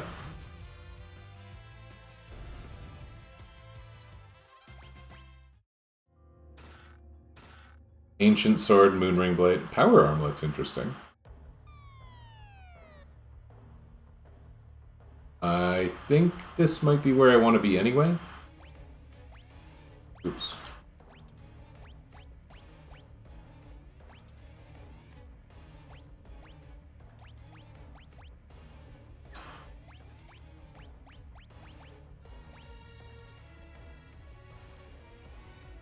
Guess that makes sense.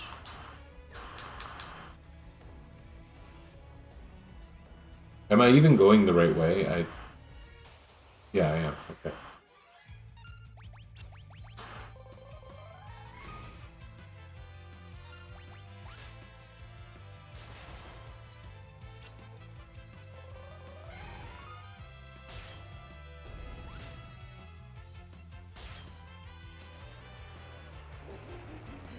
I feel like since we mastered Bard, we got, like, way stronger. I'm watching... Yeah, Bart's does get his turn way faster with Equip Hearts. I have mastered the ability... Well, I was going to say something that was meant to sound awesome, but it just ended up sounding stupid because I did literally master the ability. What I'm trying to say is... Berserker with Equip Harps is actually good or salvageable. I don't want to do this.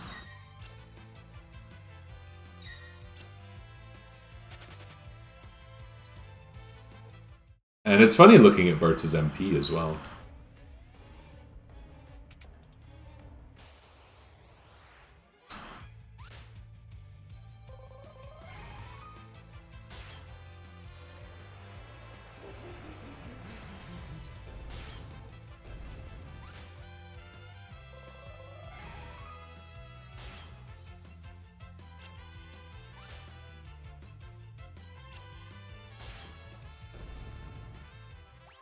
Like, maybe I should turn Ferris into a Bard, because she's kind of dumb to keep as a Berserker.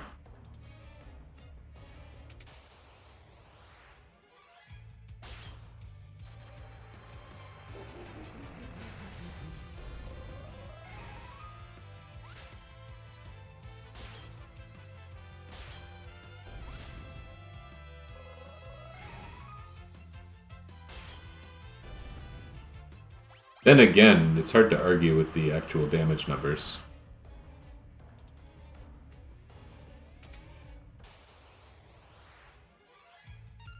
So Hydra, I don't think is that bad, but Ghidra is that bad.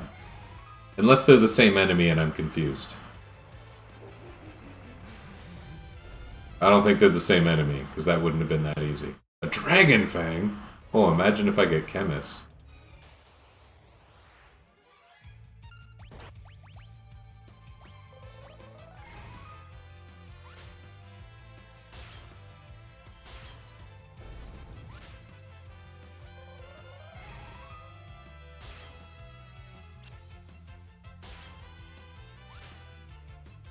So, Lena having Equip Harps, she gets 2 abilities because she's a freelancer. Now, that's going to go away.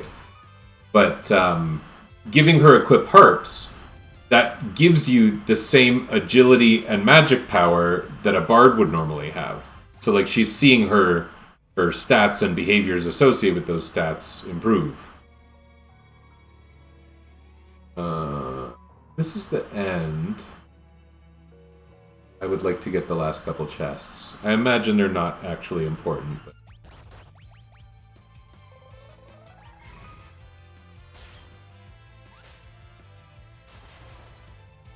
I also sort of wonder if I'm playing this wrong. Like, maybe I'm just supposed to be using Berserkers and Bards at this point, but I don't think the Freelancer is breaking anything. For the most part, Freelancers work against you.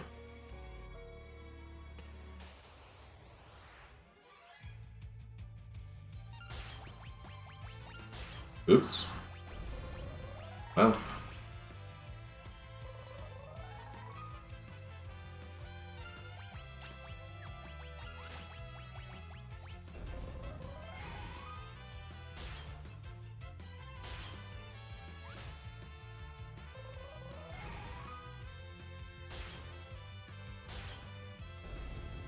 Fair bit of hit points.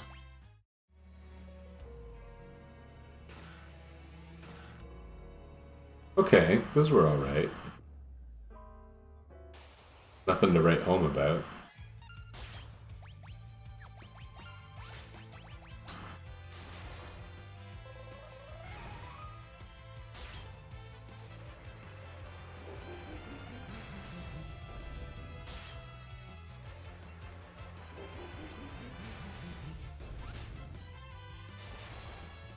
Look at all the... I got 3 procs in a row there, you would say.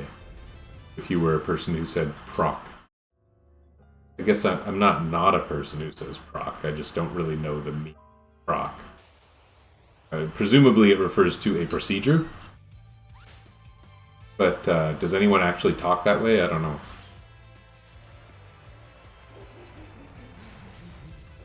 That comes from some old game where every time a weapon had a secondary effect, it was said to run a procedure. Like, I think that might be rooted in Tactics or Final Fantasy VI. Rocking something is running a procedure.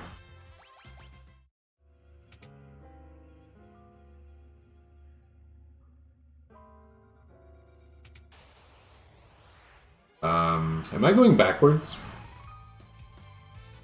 I think I might be.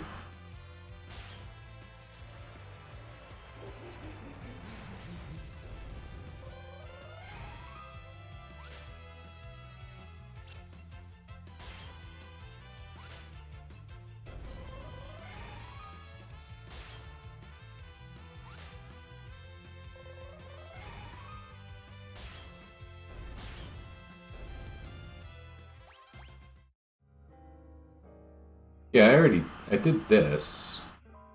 But I never got to that save point. Is that the only thing I'm missing?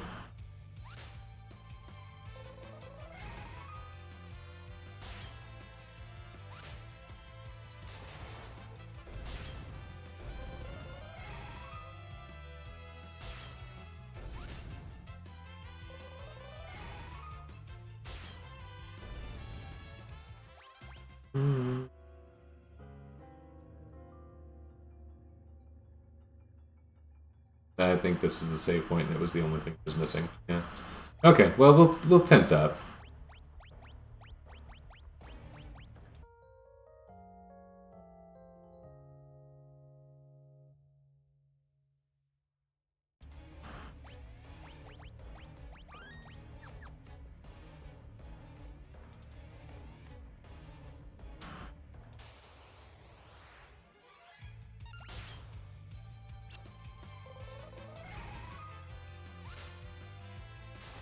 Lena's ready pose is funny. It looks like she's surprised or being electrocuted or something. It's funny because unless there's some other action cue, you don't see the ready poses very much in this game. The wait times, I think, don't exist for most abilities.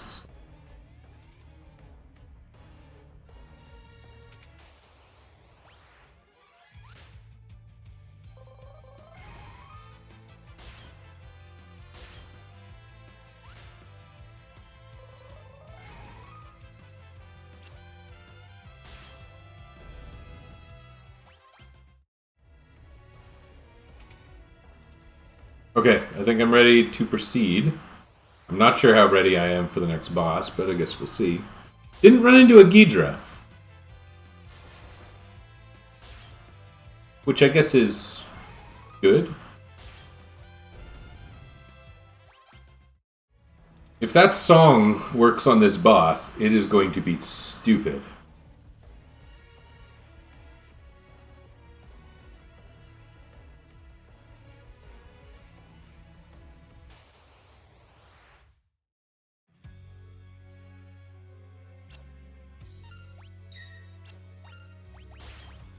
Should I, rod this guy? Like, I'm never going to be able to use rods again.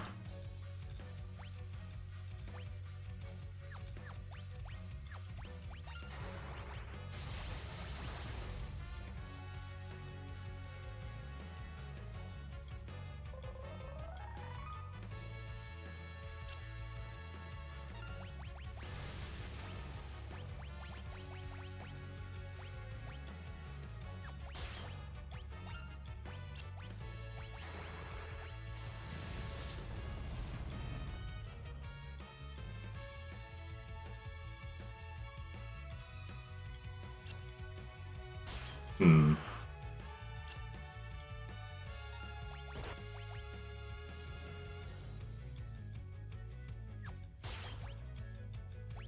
Oh no, not that. No. That's me accidentally hitting the auto battle button because it says press Y to change equipment. Okay. Can I break another rod? I don't want it to start absorbing my attacks. Because that does happen eventually, I believe. Oh my god. What? No. We didn't win, did we? Is it coming back? Oh, yeah, okay. Oh. Such energy. Okay, so now it starts doing funny things with elements. Oh. Thought that might work.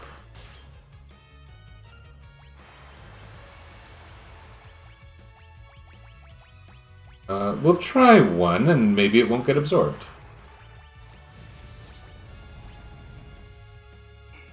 Oh.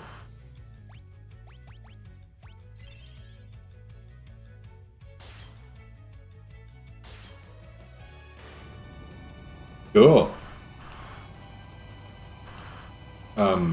Although, is that just going to keep happening? I don't know.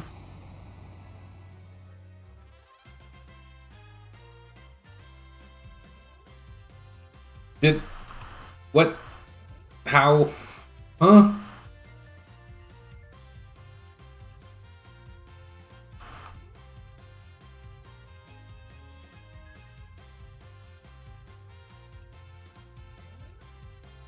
I beat 5 enemies, apparently?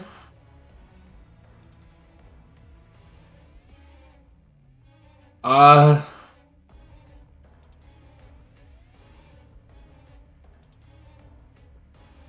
I mean, good, because I was gonna have no way to heal all that damage. I guess my equipment at this point is not going to matter in the least, is it?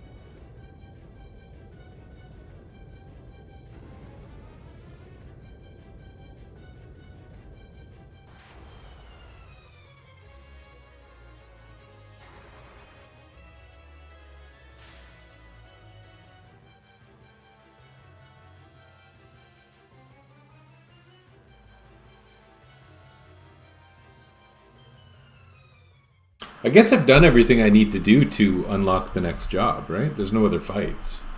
Let's do it.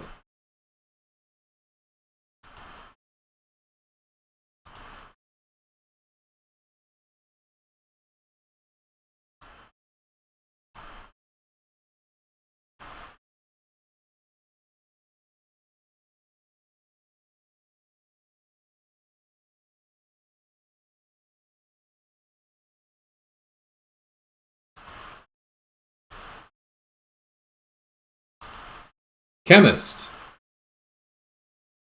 We got chemist. That's something. That complicates things, but it's also probably the best option, so I should be happy. Okay. Chemist.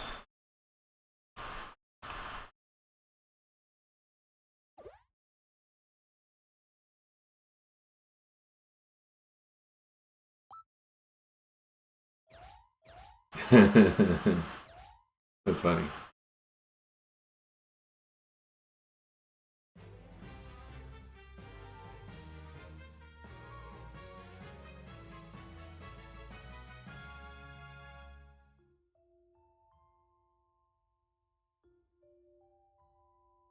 Maybe I should change my little overlay script thingy. As beautiful as it is.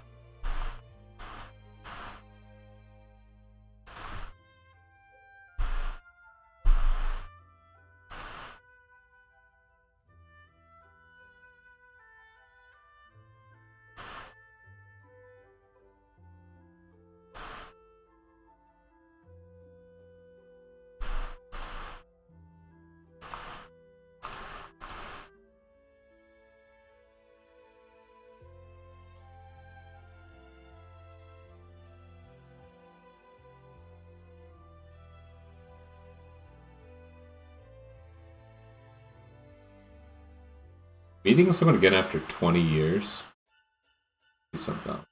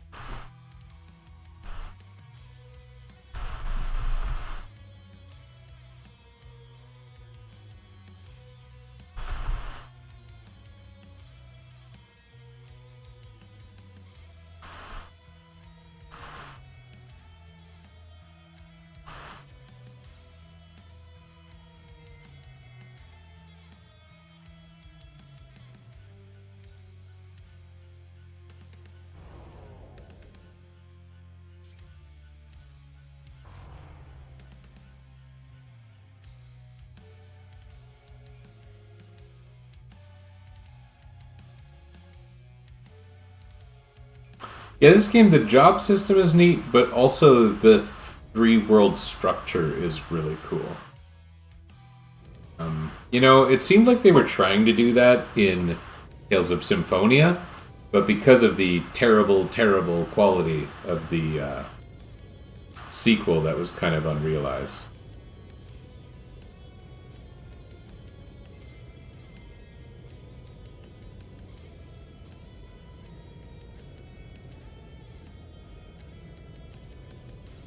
Okay, we'll stand here. You keep doing that thing that's hurting you.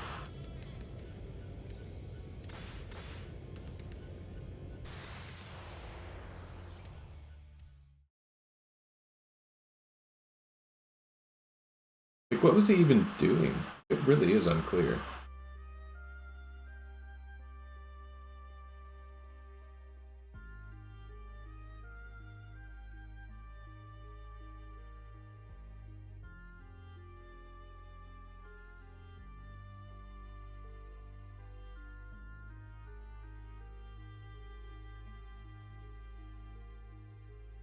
It's... okay. Almost sort of funny that the king's body faded away. Because you picture these people walking around picking up the crystal shards to gain their new powers with the corpse of their father in the middle of the room, and that is then weird, right? I guess you don't have to walk around and pick them up. Maybe the game developers thought of how strange that would be.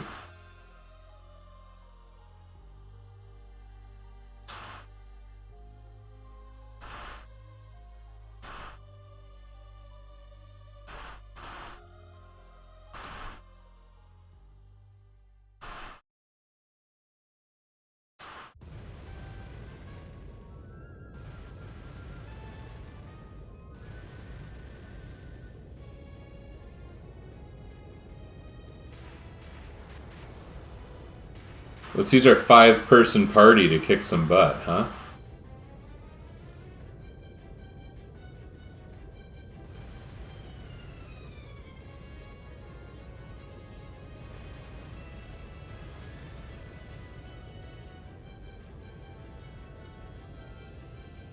We don't actually get a 5-person party.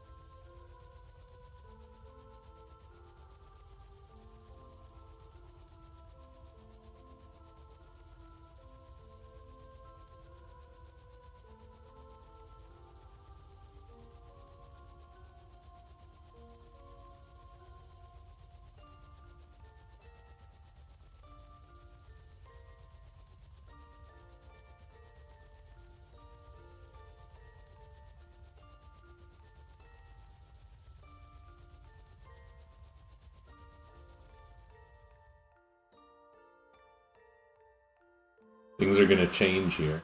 Where do I even get spears? Do I have spears? Oh, I have a trident from somewhere.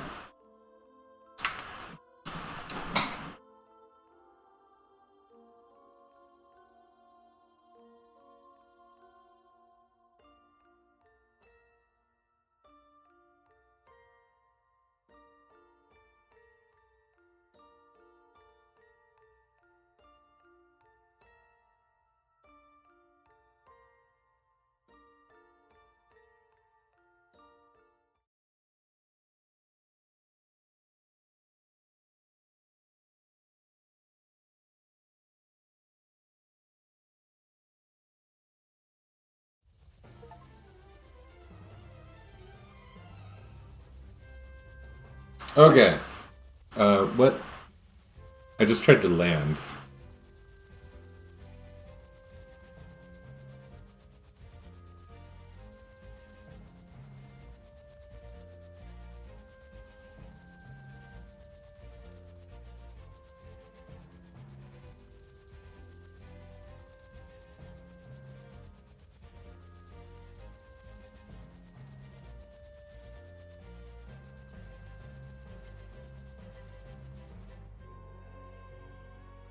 Okay, so we're now going to be... I'm going to chuck Berserker away for the moment. And we're going to be a Lancer. Dragoon, I mean, because that's actually... I used to think that Dragoon was a bad name, because Dragoon means something. You know what? Maybe Ferris isn't the person to be the Dragoon.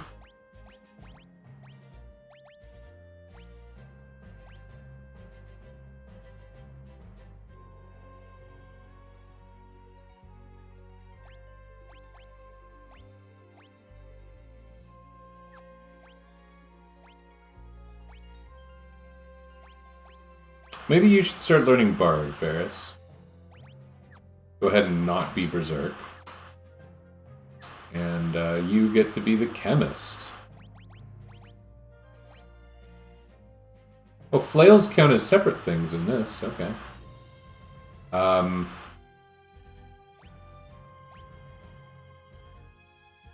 How fast are Chemists?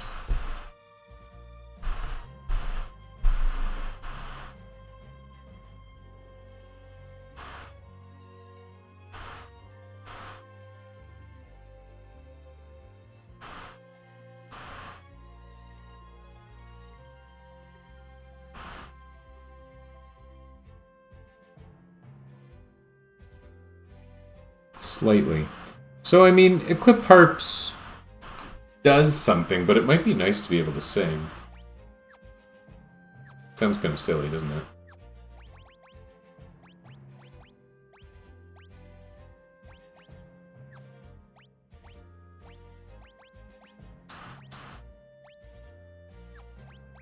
Hey, Galuf took my friggin' Mangosh. Oh man. Some other stuff too.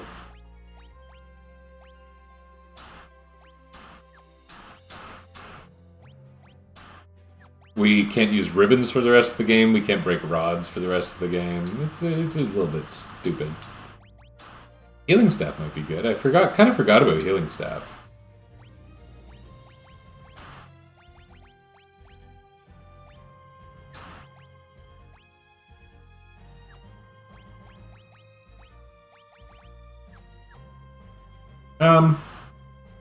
I mean, this is okay. I like having my physical guys in the front, which is a total compulsion I have from Final Fantasy 1.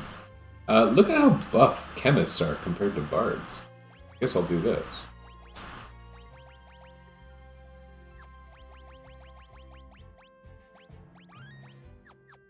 Alright. Gosi said. This does mean that I want to get, like, a ton of ethers and turtle shells in the very near future.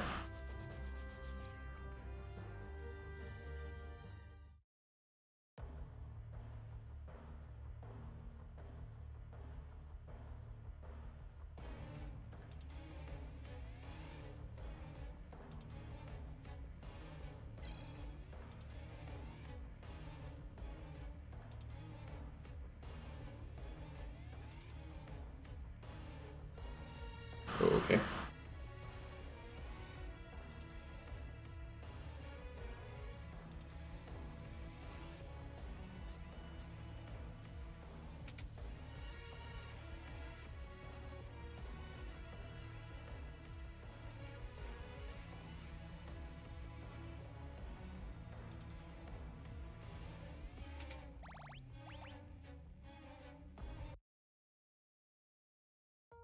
Yeah. MP is useless forever. Except for MP critical weapons, which I think I can never get one of. But ethers are really useful for mixes, so we end up with a bit of a weird scenario there.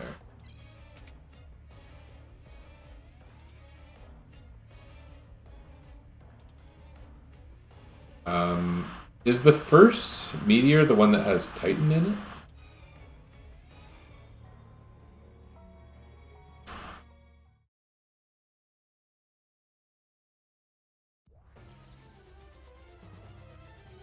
Because maybe I need to go get... float status. There's an easy way to do it, actually, isn't there? One of my mixes. If I remember correctly, it is... We're gonna experiment with this. It's gonna be good times.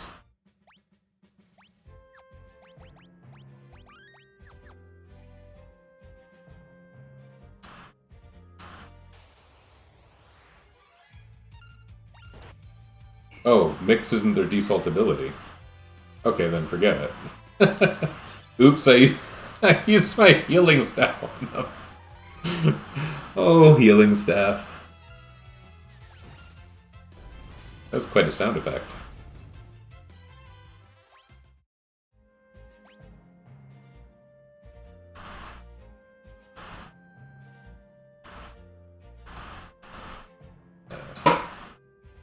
Okay, let's just do the Gala Cats and maybe we'll gain some ABP along the way. So my intent is to go fight some kitties on the mountain, and they are going to... Oh goodness, there's nowhere to park an airship up here.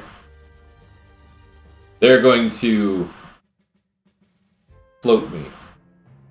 I'm going to confuse them with song, which sounds stupid, but it's true.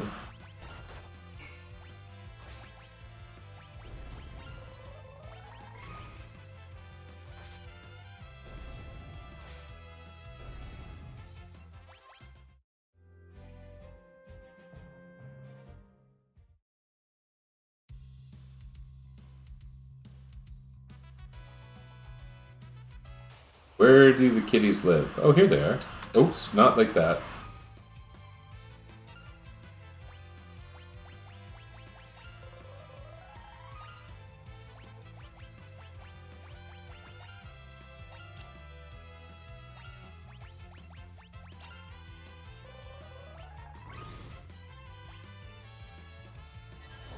Yes. Yes.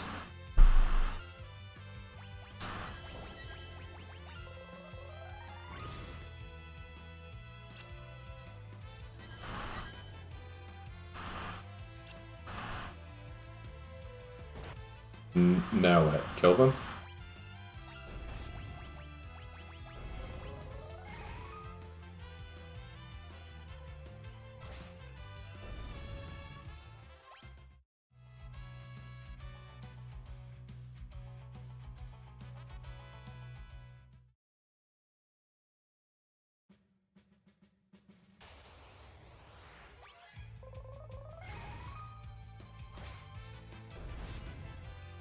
I wish I had a different spear. If the only spear I have is lightning elemental, that seems like it could be problematic. What places sell spears? I don't remember ever seeing a spear anywhere. Is this one of those ones where it's like, there's a person that shows up in Karnak to sell equipment later on? I just have to be really careful not to sleep at any point, because that'll undo all the floating.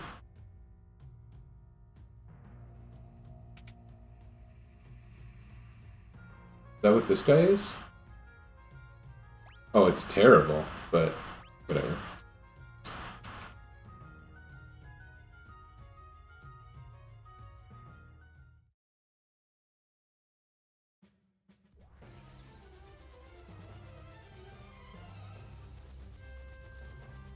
So speaking of our chemistry-related needs, this is where you go to buy ethers, because they give Bart's a discount.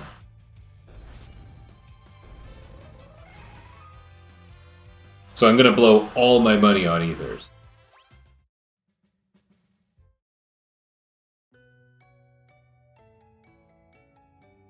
Oops.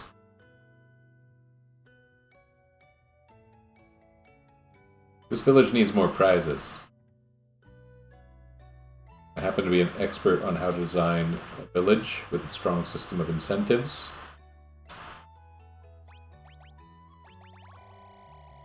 Oh, that's not very much. When do you get mix? I feel like it doesn't take very much ABP.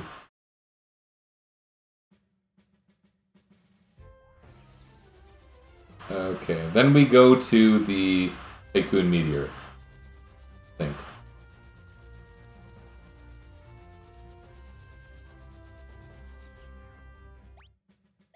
all floating. We got a cute little float icon there. Just in case this is Titan, and if this isn't Titan, then Titan will be next anyway. Hello, friend.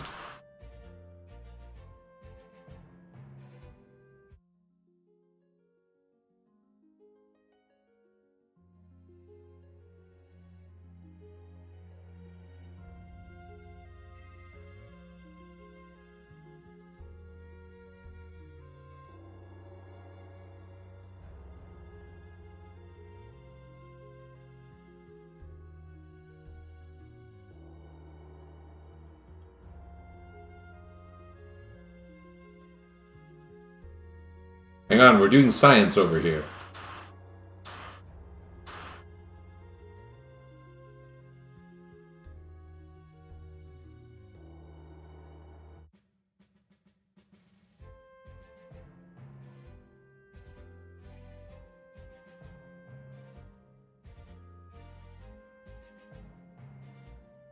That was a long wait.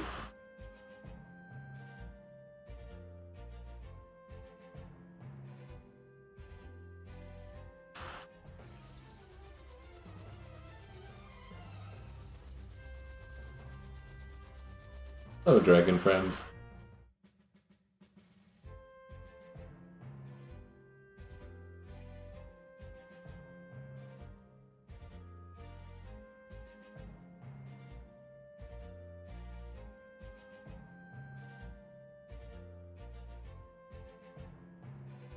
Uh-oh.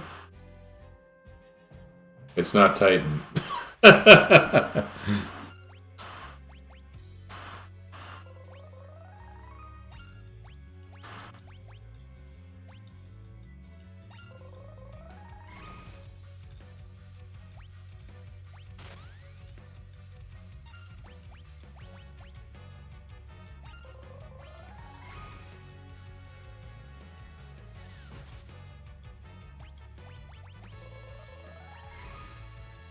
Okay, this is going to take 100 years, but if I keep them fully locked down, they shouldn't revive each other. And they also shouldn't attack me. So we're talking about a strategy that is sort of on the cheap side, but functional. I think it's going to be okay.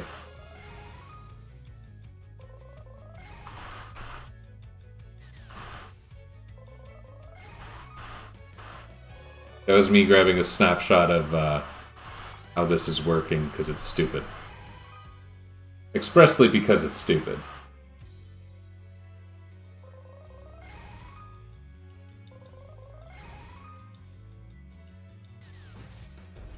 What else could I do?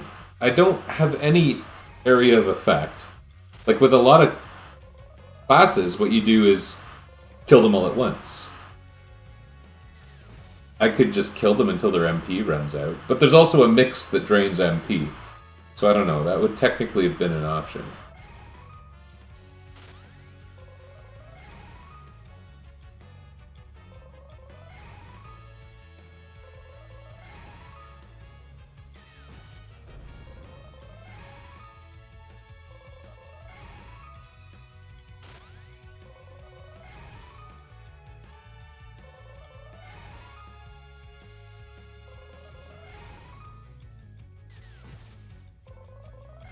It's kind of cool beating a boss taking 0 damage.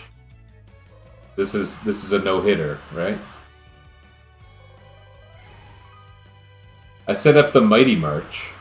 We're gaining regen ticks, but they haven't even acted. I'm also not going to have to rest, and that means I'll be fresh for what surely is the Titan battle coming up.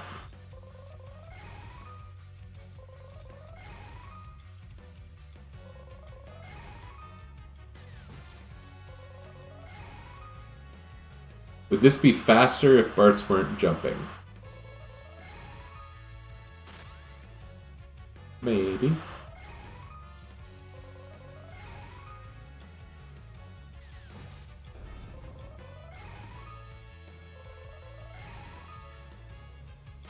This is so silly. But it's working, so kind of who cares? Like, I'm gesturing because I'm not holding the controller. I don't need to do anything.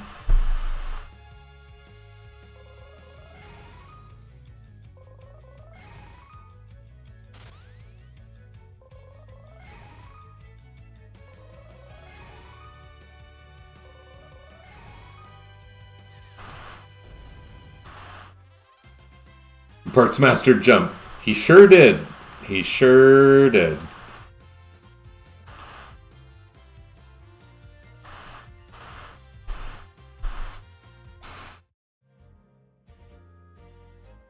That was awesome. Are you kidding me?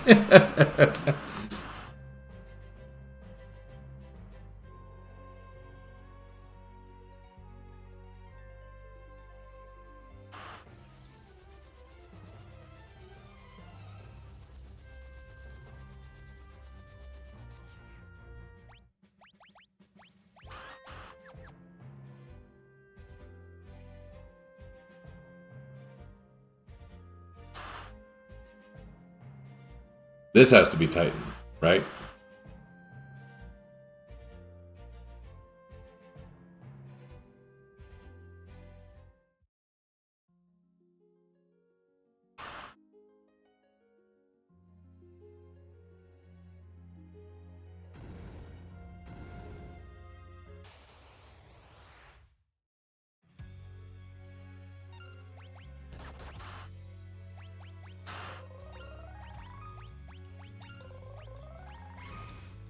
Oh my goodness, this is gonna be the same damn fight.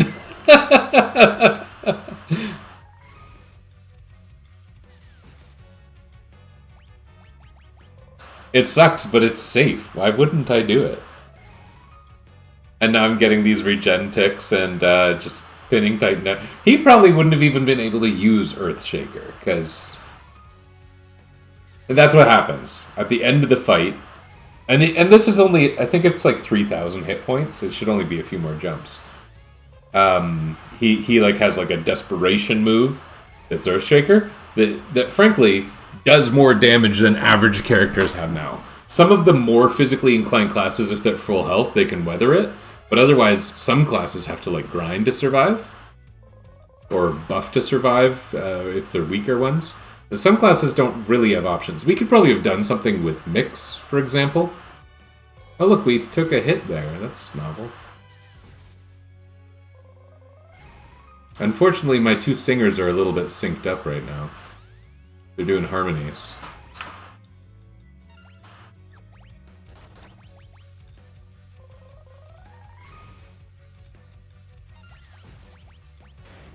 Oh.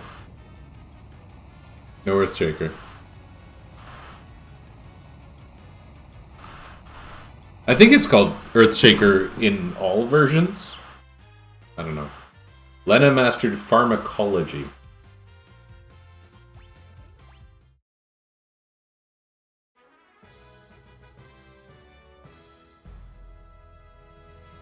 Super.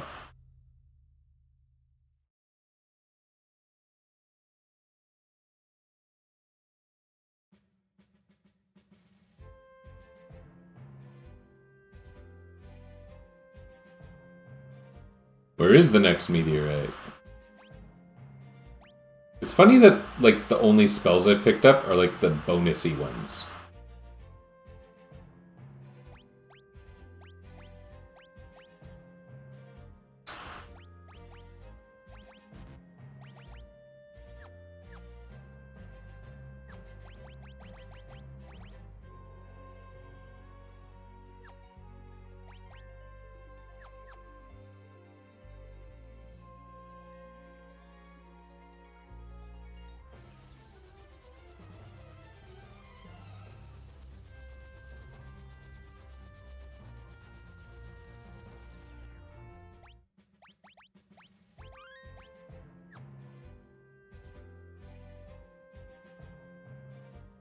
I don't think I have a particular strategy for this Manticore, but I can always try Romeo.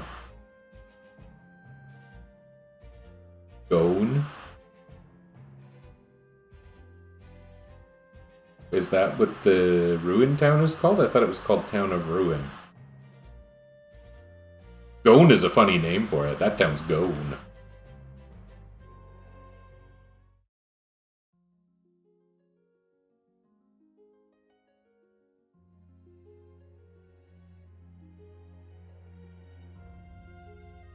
I didn't heal up at all. Probably not gonna matter.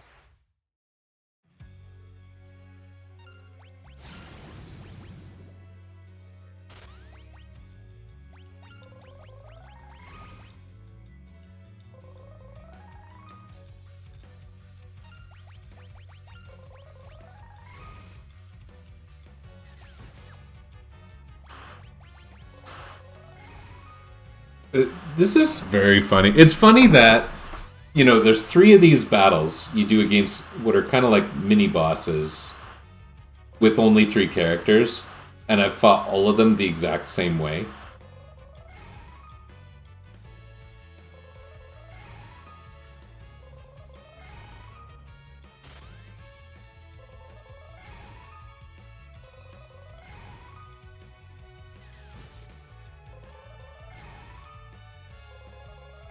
And without really holding the controller at all.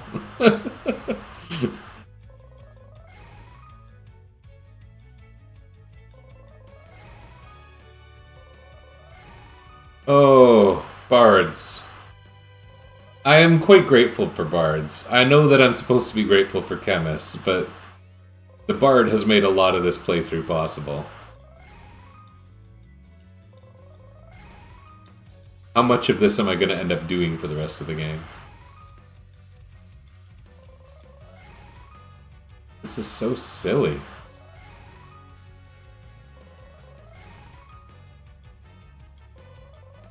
You've always been a Bard fan. Wow. So what was your first Final Fantasy? Was it Final Fantasy 1? I'm thinking it's got to be Final Fantasy 1. All I can think is there's a lot of people who are like Edward haters.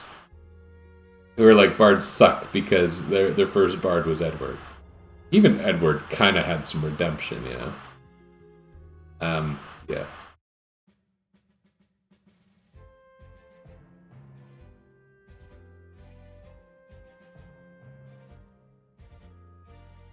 Take a look at this map. They didn't play the GBA version. Yeah. I know. There's some serious merit to Edward in that. Okay, so now there's something stupid. I didn't grind turtles, because I didn't especially think I was likely to get chemist.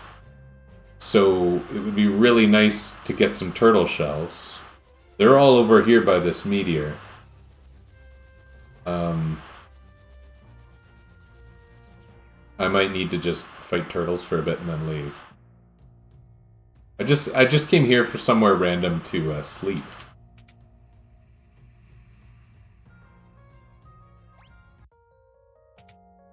If I happen to get more money that I could spend on ethers, that's also good. Ethers are funny, like they're purely for mix. I really don't need it for like anything else.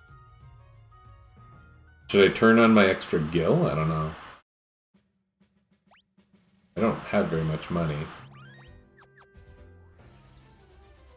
Anyway, we'll go here, we'll walk back and forth. How many turtle shells do I want? Like, I kind of want to say like 50, but that's excessive, really.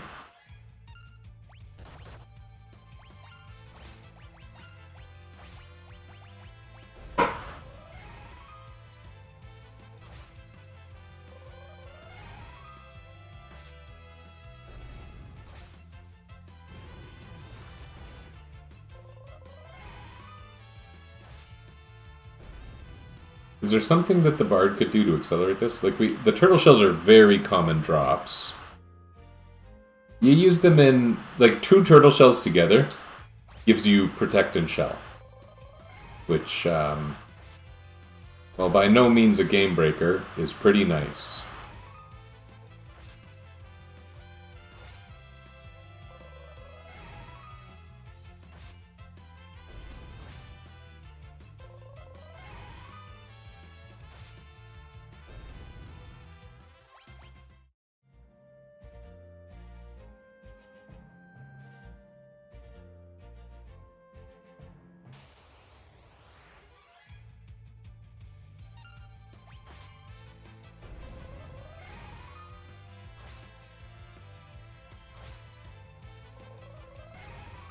Okay, we just learned that bards are slightly faster than dragoons.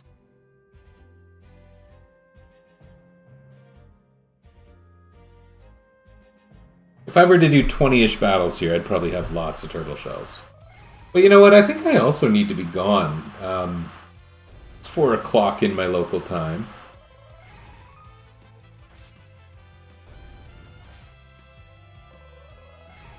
Gotta kind of walk my dogs. How many turtle shells do I want to get? Like, it's literally this, and then we go. It's a nice, clean ending.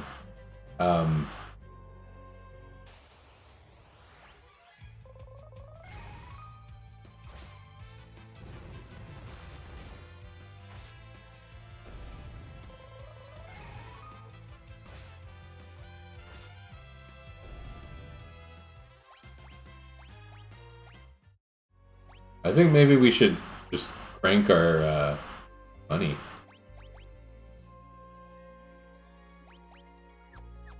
Save some time.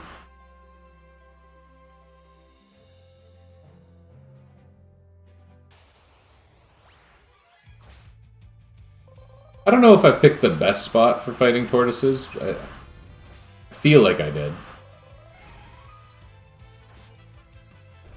And I don't think Ferris has other equipment options that are going to make this way faster, so... Unless... Oh, I was going to say, unless I could put on the power armlet, but I did.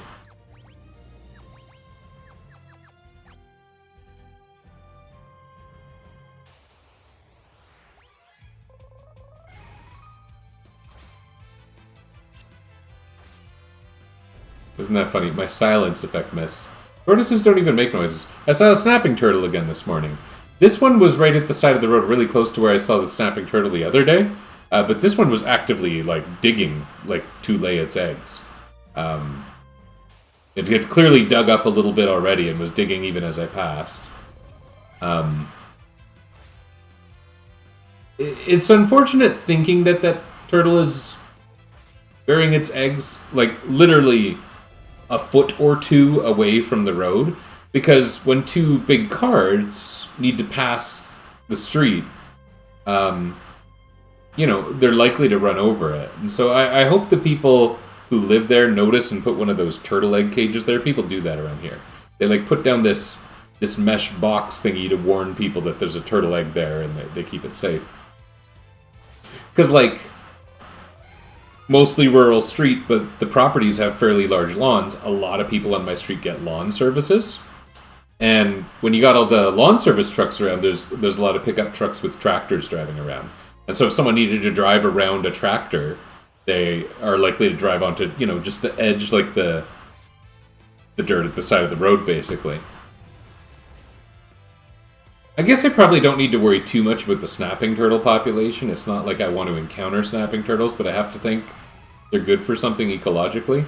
Not like I hate snapping turtles, just they're not the friendliest animal to meet on your street. Oh, look, I got an elixir. That's cool.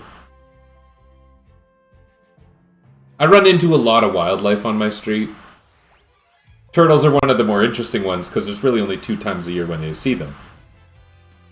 The snapping turtles make great soup, or soup in general? Or are you just being the shredder for some reason?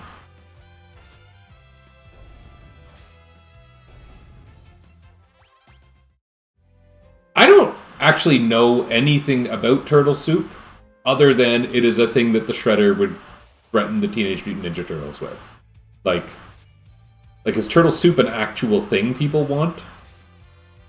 And is it actually good? Snappers are good for eating. Held to clean, the bastards. Yeah, that sounds about right. They don't, well, I don't look at one of... I guess it's not true of any animal. I was going to say, I don't look at that and say food. But I guess the same thing goes for, like, cows.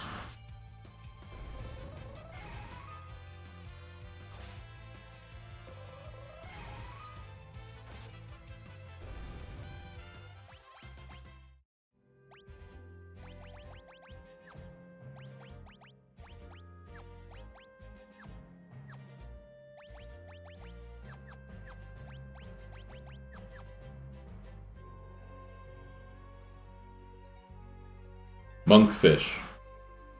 Orange Ruffy. I don't even know what Orange Ruffy is. Monkfish I know.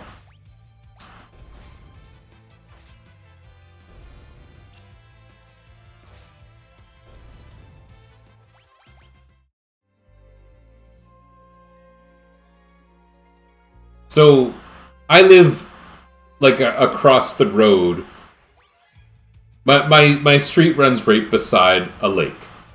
And it's, unlike a lot of the Ontario lakes, like the Great Lakes, are glacial lakes. And that means they're kind of like pools of water in like a granite-like surface, right? So they're very, very clean lakes.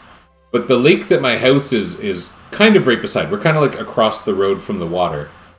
And that's why there's turtles walking around, right? It's a man-made lake. There's a dam that was instituted in like the 1800s or something, and it basically filled in a river valley.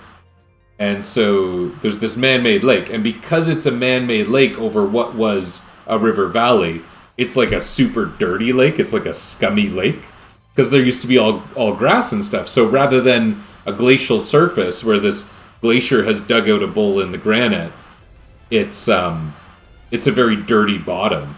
And so it's like one of these lakes where sometimes you'll see people doing like water sport on it, but for the most part, not really. Even boats tend to get pretty gummed up. People ride their boats on it for fun, but it's not always easy.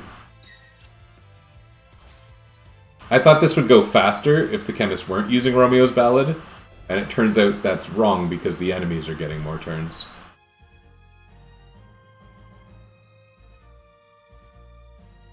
So yeah, this lake I live near, the lake where my parents used to live,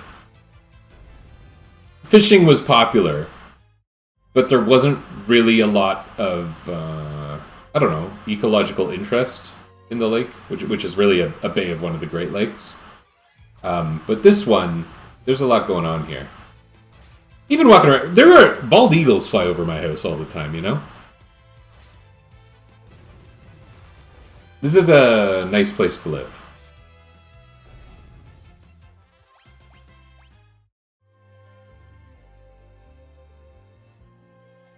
There are trade-offs.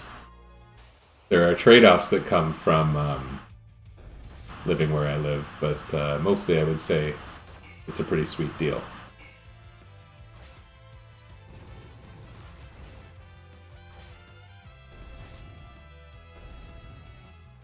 Salty about not seeing a bald eagle? Funny. Maybe I'm not supposed to say that's funny, but it kind of is.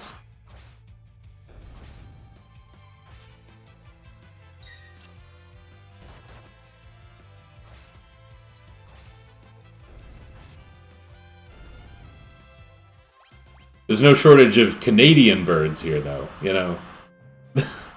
Actually, the Canada geese, although there's a lot of them in town, and a lot of them where I work, and we see them on the lake nearby. I don't have, like, problems with the Canada geese, because I think it's common knowledge elsewhere in North America that Canada geese are, like, jerks, right? Crazy. Yeah, they're terrible. They're terrible.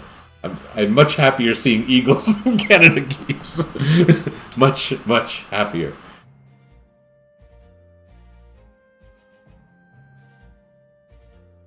Yeah, they're kind of awful creatures. They sometimes nest on the roofs of the buildings at work. And like we have to warn people to keep away, especially because people come to study from other countries, right? And so people aren't used to them. They're exciting. That's also a funny thing is like we have things like squirrels running up the trees around campus, and people who are new to the country are like, oh wow, a squirrel. And we're like, that's the most normal and boring thing. And only recently did I have like the opposite experience. When I was sent to the Caribbean last year, I saw this mammal running on the road, and I was like, wow, how exotic, what an interesting thing that is. And I asked someone about it, and they're like, you're asking about that? That's a mongoose, shut up. And like the mongooses there were so normal that nobody cared. But to me, seeing a mongoose was all exciting, and I suddenly had an appreciation for the students to come here from, you know, Africa, and they're like, oh my god, a squirrel, a little rodent with a huge puffy tail, how hilarious. They've just been there my whole life. One that made a nest in a landscaped area in a shot, it was pissed all the time. They are pissed, especially the nesting ones are pissed. And like basically, if you see a Canada goose nesting site, You take a long walk around that thing. It's not there to watch the humans get close. It is not interested. How many turtle shells do I have? 31. I don't really know what the cutoff is. My money's looking a little better. I might save and be done. I think it's time for me to be done, even though I probably need to do some more turtle shell stupidity next time. And I'm enjoying talking with you about various birds, but I have to go just due to the time constraints. So leave that the way it is. Thanks for joining me once again. Cousin has the super douche family friend that talked him into chasing a mother goose with its goslings on a golf course. Well, that's a thing here. That's a thing. There's a person at my work who is in charge of driving a monster truck around and, like, not ramming, but annoying the nesting geese so much that they leave. Like, geese annoyer is legitimately someone's job here. I imagine that's not the only thing in their job, but there is a person who is paid to bother the geese using, like, remote-controlled monster trucks. So the idea of chasing someone on a golf course, well, I wouldn't suggest doing that. I don't know. I guess there's reasons people do.